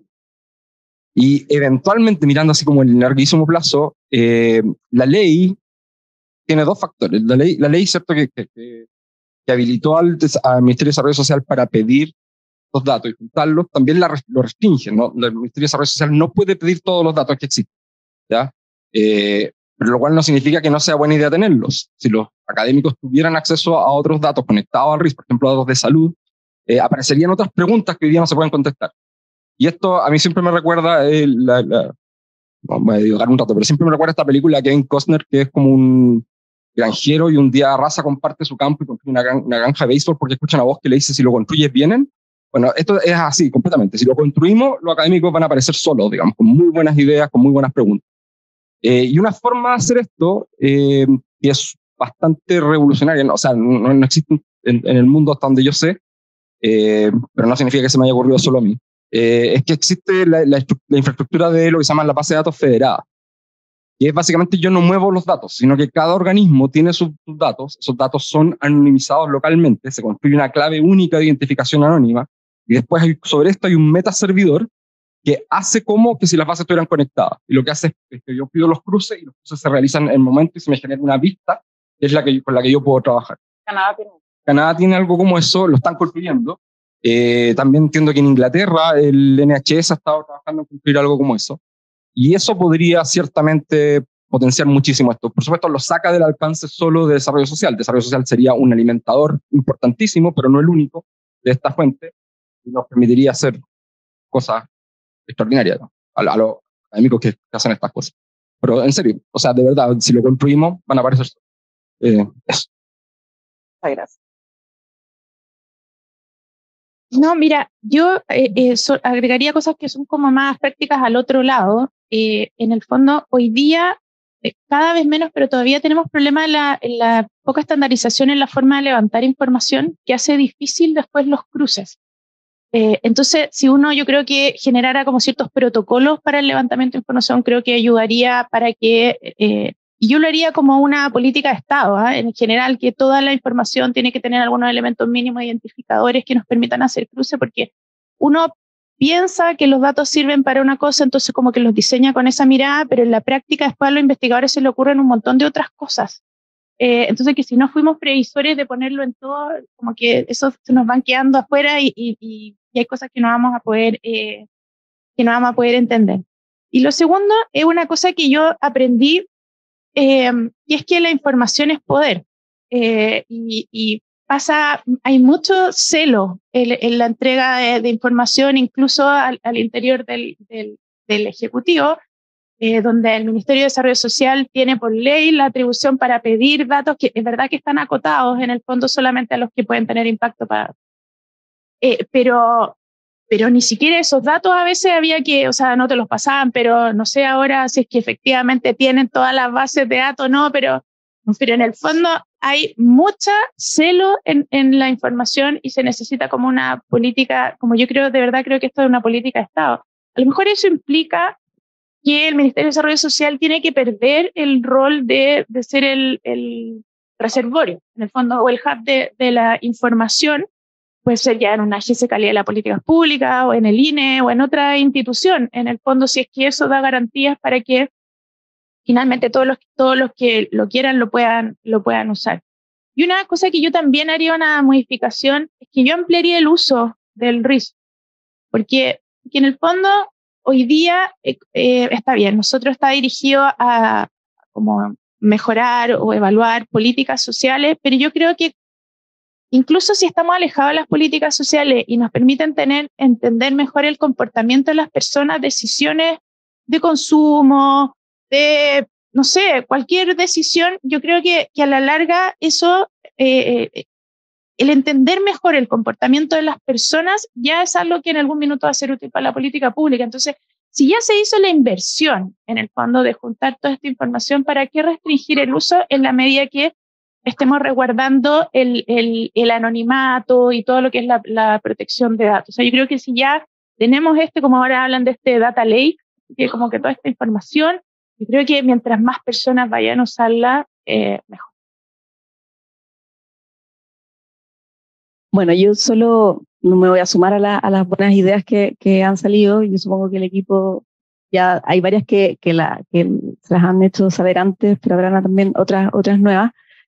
Solo como reforzar algunas ideas. Efectivamente, la disparidad de los distintos servicios públicos en su manejo de datos es abismante. O sea, literalmente hay servicios que todavía, tal vez esto es una exageración, pero hay, para ponerla en la caricatura, servicios en papel y otros que tienen todo en la nube, etcétera, ¿no?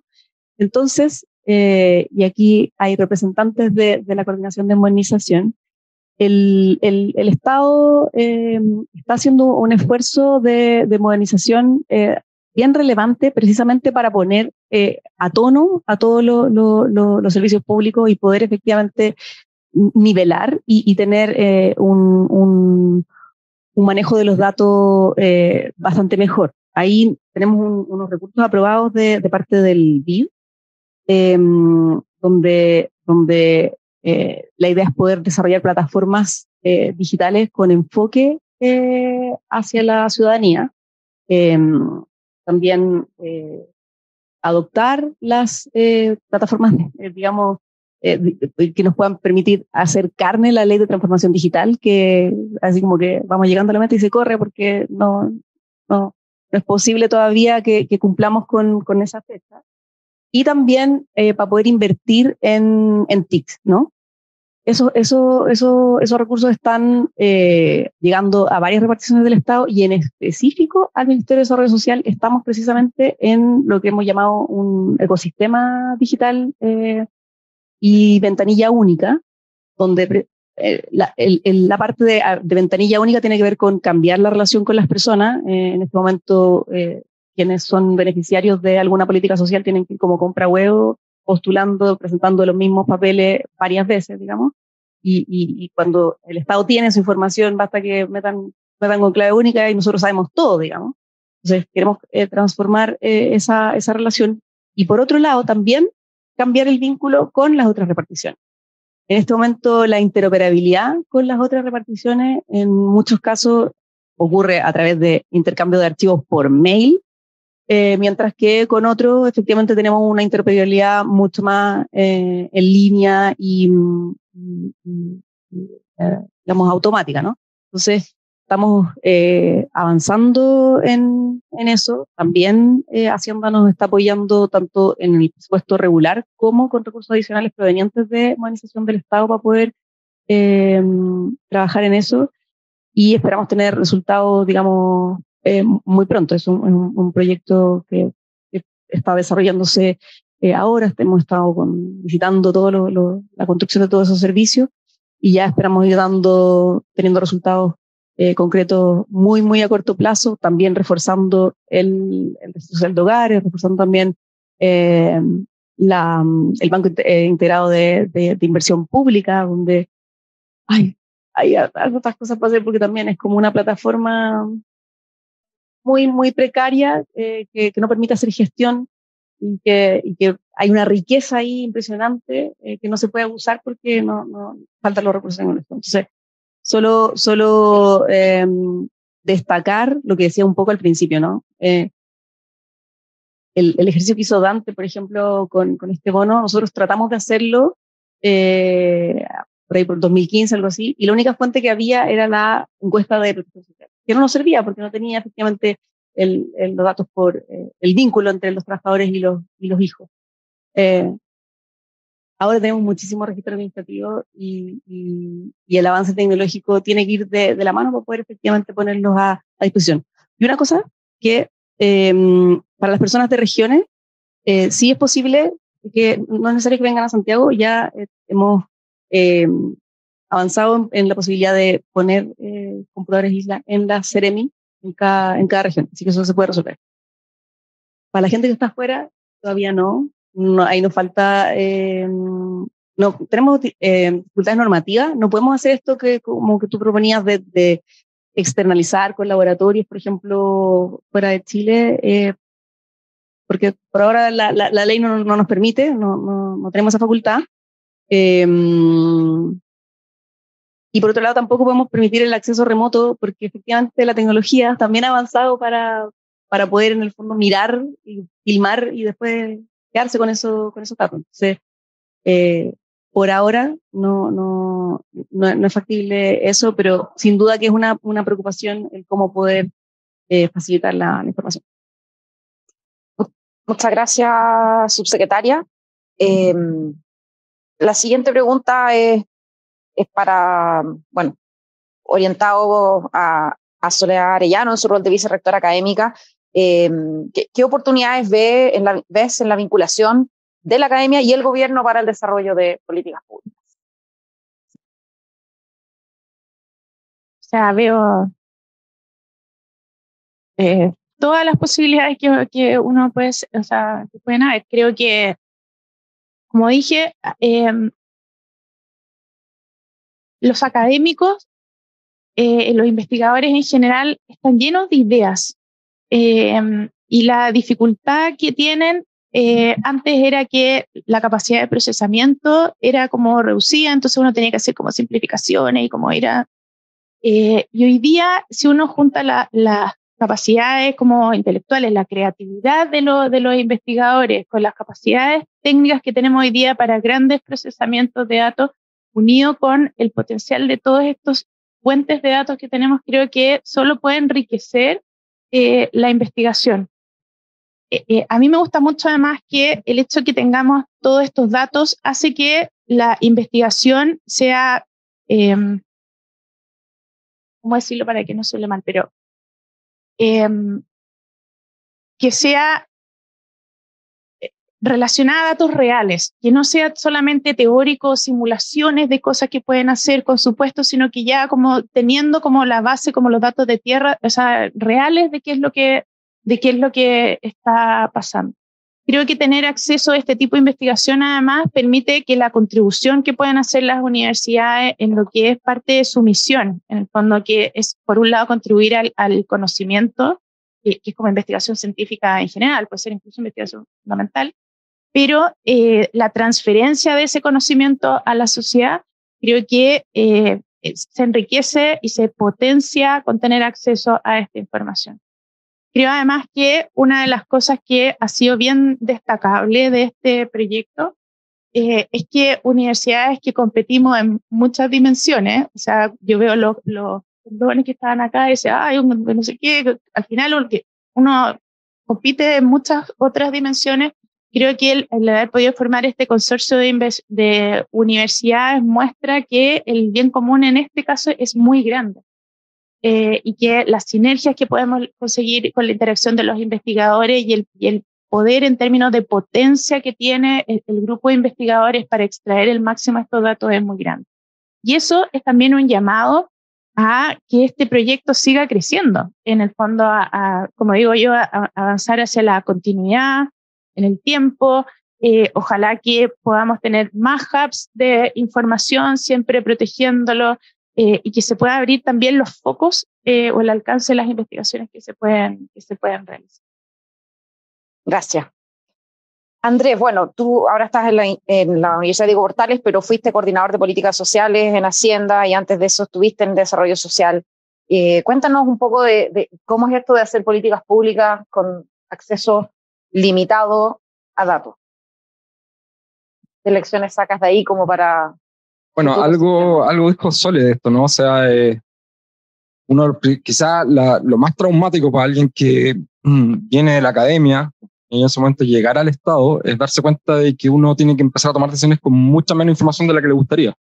Entonces ahí, claro, hay elasticidades que no conoce, hay datos de los cuales no sabe y empieza a llenar con gut feelings toda esa ignorancia. Pero mira, sí, como decía, también dijo Sole, o sea, los datos fluyen dentro del Estado mucho más difícil de lo que uno pensaría, incluso. En mi pasada por Hacienda, yo no tenía acceso al RIS. Mi ventaja enorme era que que soy muy amigo de Alejandra Candia, que era la subsecretaria de Evaluación Social. Entonces yo básicamente le decía, Ale, necesito esto, y Ale le pedía a la gente ya que corriera las cosas y me mandara los resultados. Y en algunos casos me construían bases de datos y me las ponían en un servidor y yo las bajaba y había un número limitado de veces que no la podía bajar y con eso funcionábamos. Pero era fundamentalmente por buena voluntad, porque hay muchas restricciones al flujo de datos dentro del Estado, que son restricciones legales. O sea, uno entiende perfectamente, el desarrollo social es el responsable de estos datos y no puede garantizar entregar acceso solo porque uno tiene una buena pregunta. O sea, hay que tener razones. Y quizá algunos de ustedes lo recuerdan, pero nosotros tuvimos estuvimos en el ojo del huracán en algún momento porque pedimos datos por los cuales estábamos facultados legalmente para pedirlos, que eran los saldos de las cuentas de pensiones, justo después del primer retiro. Pero claro, se filtró y esto terminamos, bueno, teniendo que nosotros ir a mostrar la ley que nos habilitaba para poder pedir esos datos, digamos. Entonces, todo eso es complejo, o sea, esas cosas son complejas y hacen que a veces la formulación no sea tan simple como uno quiere, pero ciertamente hay mucha colaboración en el Estado y Desarrollo Social hacía todos los cálculos y nos ayudaba mucho y generaba todas las cosas que nosotros queríamos generar. Y eso ha sido así de lo que yo recuerdo siempre en el Estado. Ahora hay mucha más información y uno tiene más acceso y tiene, claro, la posibilidad de hacer estos procesos. Y se ha ido instalando muy bien la idea de que las políticas sociales deben ser evaluadas. Hay todo un departamento en DIPRES que se dedica a eso ahora con harto ahínco. Y como decía Sole, y esto es súper importante, o sea, cuando no están los recursos, no siempre puede echar mano a la academia y decirle a los académicos, mira, me interesa evaluar estos programas y aparecen, digamos, llegan al proyecto, llegan súper buenas ideas y súper buenas oportunidades de evaluar. Así que estamos mejorando. Claramente hoy es mucho mejor que hace 13 años cuando llegamos al Estado por primera vez. Gracias, Andrés. Subsecretaria, quiero preguntarle un poco que nos cuente más sobre el estado del sistema de información de la subsecretaría, qué mejoras están pensando en el RIS investigación para este gobierno y que aproveche de contestar una pregunta de la audiencia, que algo lo ha abordado en distintas aristas, pero para resumir y contestarla, que dice, ¿cómo abordan la confiabilidad de los datos y la privacidad de la información que están trabajando? Gracias. Algo que se me quedó en el tintero también respecto de las posibilidades, porque también salió en la conversación, no me acuerdo quién lo dijo, que viene también, está discutiendo el proyecto de la nueva institucionalidad del sistema estadístico nacional, la modernización del INE, y ahí también debiera haber un espacio para acceder a la investigación por parte de la academia. Yo aquí tengo mis apuntes porque la verdad es que si el equipo si no el equipo me reta porque no voy a dar cuenta de todas las cosas que se han estado haciendo, pero a ver, por un lado, un poco también lo decía Andrés, la posibilidad de migrar a la nube todos los datos permite efectivamente que podamos tener mayor capacidad de procesamiento, no tener todo en una base, sino que hacer cruces en línea, etcétera. Eso hemos estado implementándolo y reduce un montón el tiempo de procesamiento de los investigadores. También en conjunto con los investigadores las y los investigadores están efectivamente trabajando en nuestros computadores Isla, acordamos un sistema de agendamiento, ¿sí? Porque lo que nos pasaba es que en el fondo reservábamos los computadores para los distintos equipos y a veces los equipos nos iban, pero aparecía como que estaba cuidado para cierto equipo, entonces ordenamos eso con más flexibilidad y en el fondo están los computadores más a disposición de los distintos equipos que están ahora trabajando. También antes teníamos a un funcionario de dedicado a resolver los problemas que podía tener cada uno de los equipos que estaban investigando. Ahora tenemos un equipo completo a disposición para que en el fondo no esté tanto la dependencia de una única persona ahí atendiendo los requerimientos básicos y las soluciones que pueden surgir, los problemas que pueden surgir en el momento en el que están trabajando. También antes exigíamos la autorización del comité de ética de las distintas universidades para poder empezar a trabajar. Ahora basta, porque todas las universidades tienen tiempos distintos y se demoran.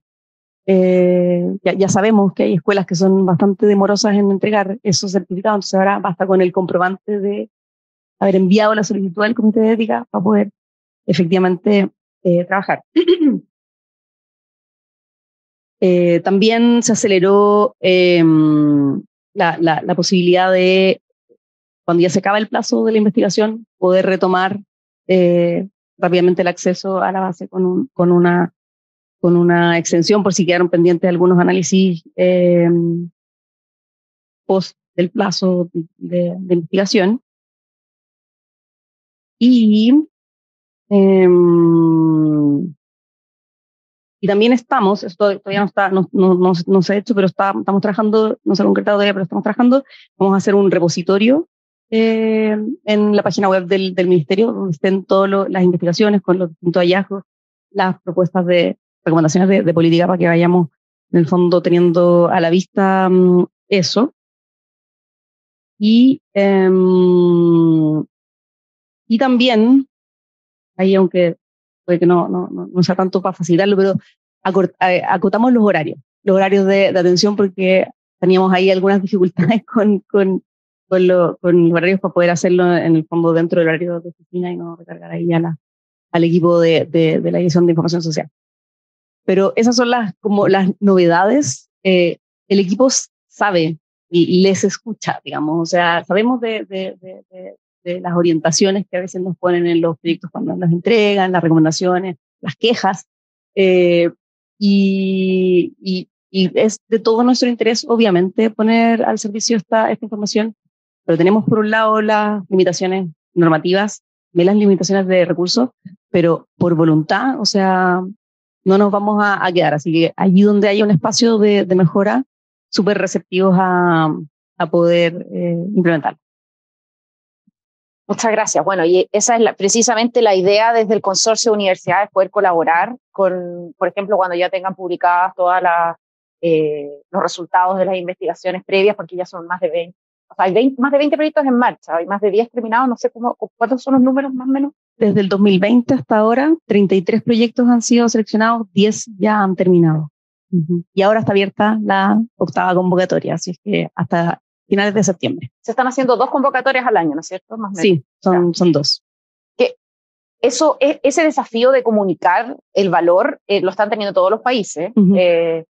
Los británicos, los neozelandeses ahora han innovado, por ejemplo, en hacer videos y como tratar de comunicar este valor de investigar con datos integrados y los mismos resultados de investigaciones de otras formas también, porque pero ese es un gran desafío que están enfrentando todos los sistemas integrados. Y con respecto al uso de nube, una buena noticia, en la universidad estamos haciendo un piloto con el Ministerio de Salud, con ASA, la JUNAEV, y también el apoyo de la CNP, en donde el piloto se está haciendo en la nube, y esto es de una base de datos integrada para investigar la malnutrición infantil. Entonces hemos estado conversando con el equipo de la DIS y vamos a compartir todos los aprendizajes que estamos teniendo, porque ese repositorio va a estar en la nube, y para los investigadores de malnutrición que nos escuchan, si es que hay alguno, está abierta una convocatoria de investigaciones.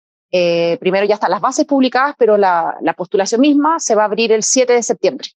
A esta base de datos que incluye datos de costo en salud, tanto del sector público-privado, peso, talla y de distintos datos sociodemográficos. Es una base de datos integral, multidimensional, y longitudinal, que va a estar disponible para investigación. Entonces también ahí lo que se aprenda de esa experiencia en la nube, ya tenemos la conversación andando con el equipo suyo para poder también transmitir esa experiencia y que esto se vaya ampliando. Y en ese sentido yo creo que y contar un poco que el consorcio, que si bien formalmente el convenio del consorcio, que es a 5 años, se firma a finales de 2021, como mencionaba la decana, el esfuerzo conjunto parte 2 años antes, en diciembre del 2019. Y ahí para cerrar un poco, quería cerrar en un tono positivo, que cada uno, primero, Soledad, nos puedas comentar por qué la universidad decidió impulsar este consorcio, meterse en este tema y también podamos cerrar en alguna reflexión final de por qué necesitamos continuar motivando el uso de datos integrados para las políticas públicas, de la experiencia que todos han tenido. Bueno, en realidad creo que ya en parte respondí la pregunta. Creo que armar este consorcio es una manera en que la universidad puede cumplir con su misión, en el fondo, que es de contribuir en la creación de conocimiento y de la transferencia a través de el mejor diseño de políticas públicas. Creo además que entre los académicos las universidades compiten, pero los académicos compiten, es distinta la relación, es como la institución es la que compite, pero los académicos son todos, en general, hay muy buena relación entre los académicos y las distintas universidades, y creo que eso ayuda a que este proyecto a que esto de verdad se materialice, en fondo, ese objetivo. Eso. Yo voy a vincular este cierre con otro de los sombreros que tenemos dentro de la subsecretaría. Nosotros llevamos la Agenda 2030, somos la Secretaría Técnica del Consejo Nacional por la implementación de la Agenda 2030, del alcance de los 17 Objetivos de Desarrollo Sostenible. Y ahí uno de los objetivos es las alianzas, ¿no? Y yo creo que no solo creo, para todos los objetivos que se plantean en esa agenda, las alianzas de todas las partes interesadas, de todos los que pueden colaborar en la consecución de las metas, es clave, ¿sí? O sea, la agenda propone no dejar a nadie atrás y en eso tiene que colaborar el sector privado, la academia, el ejecutivo, los gobiernos locales, los gobiernos regionales, etcétera, ¿no? Y acá yo creo que es un poco lo mismo, ¿no? O sea, Soledad, los recursos desde el Estado son siempre limitados, y la colaboración, entonces, con la academia es un espacio muy virtuoso para efectivamente que salgan las buenas ideas, que salgan investigaciones de excelente nivel, y que eso se traduzca entonces en mejores políticas y con eso en mejores desarrollo para todas las personas que son especialmente las que más se benefician de esa política, como son las personas más vulnerables en nuestro país. Quiero complementar solamente con una pregunta que se me quedó en el tintero. Entiendo que se está trabajando en el acceso al RIS para organismos públicos también, no solamente a investigadores. No sé si nos puede contar un poco de eso, porque efectivamente uno de los desafíos que plantea Andrés y que muchos funcionarios públicos nos dicen es la dificultad de acceder a datos de otros servicios para diseñar políticas o evaluar. Entonces, no sé si ahí hay un trabajo que claro, esta audiencia es más bien académica, pero también hay funcionarios públicos, y se está viendo un trabajo como de acceso a datos integrados por parte de organismos públicos relacionados con la política social. Sí, eso existe. Siempre todo eso, sí, mediado por un convenio que norme, que regule, que establezca las condiciones. La verdad es que nosotros tenemos ahí una responsabilidad muy grande, porque son datos muy sensibles, son datos privados, entonces guardando todas las precauciones, sí, eso existe. Si es que son organismos que diseñan políticas y se traducen esas políticas en prestaciones, tienen la facultad de solicitar un convenio y nosotros poder establecerlo. Andrés, ¿alguna reflexión final? Sí, o sea, bueno, fundamentalmente el permitir un poco el optimismo. Al final del día, a mí es una súper buena noticia que esto exista, que haya pasado. Yo lo vi nacer, a mí me tocó ser testigo, no protagonista para nada de esta historia, pero me ha tocado ser testigo de toda ella, digamos, de de que empezó la idea de construir el RIS, y yo pensaba, esto es una locura, así como infraestructuras que vamos a necesitar para hacer esto y que esto funcione bien, ver lo que está funcionando, ver que se hizo público. ¿Te acuerdas que nosotros fuimos a Nueva Zelanda cuando estaba la idea? Recordar a Carmen Álvarez, que fue la que estuvo detrás de la idea de abrir esto, y nos bajamos del avión y empezó la pandemia, y yo dije, terminó de morir esta idea. Pero no, ahí está. Así que no, súper, o sea, es muy bueno. Yo creo que tenemos mucho, nos falta harto todavía, pero lo que hemos logrado es súper valioso y hay que mantenerlo. Y me felicito a la gente que ha tenido la visión de transformar esto en una política de Estado, porque ahí es cuando las cosas subsisten y siguen siendo valiosas para todos. Así que eso. Y ahí también los esfuerzos, bueno, este tema está en el programa de gobierno, ¿no es cierto?, el presidente Boric, que habla de la creación de un banco integrado de datos. Tenemos el INE, que ahora está trabajando en el registro estadístico de la población, o REP, que esperamos también en el marco del consorcio darle una vitrina más adelante en otro evento para que desde el INE nos puedan contar cómo avanzan esos planes, que pueden ser también muy importantes e interesantes. Tenemos la iniciativa que estamos haciendo con el Ministerio de Salud en temas de malnutrición infantil.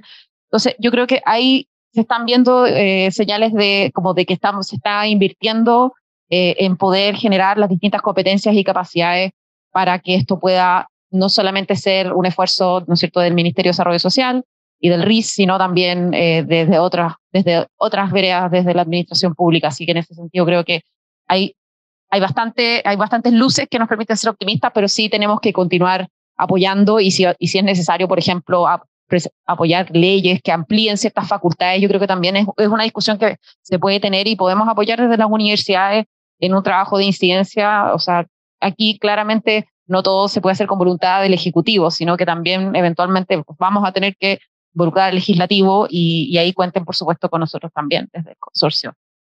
Agradecer a Soledad, agradecer a la subsecretaria, agradecer a Andrés, a nuestros 3 investigadores que expusieron a toda la audiencia. Estamos en la hora y un aplauso para todos y todas.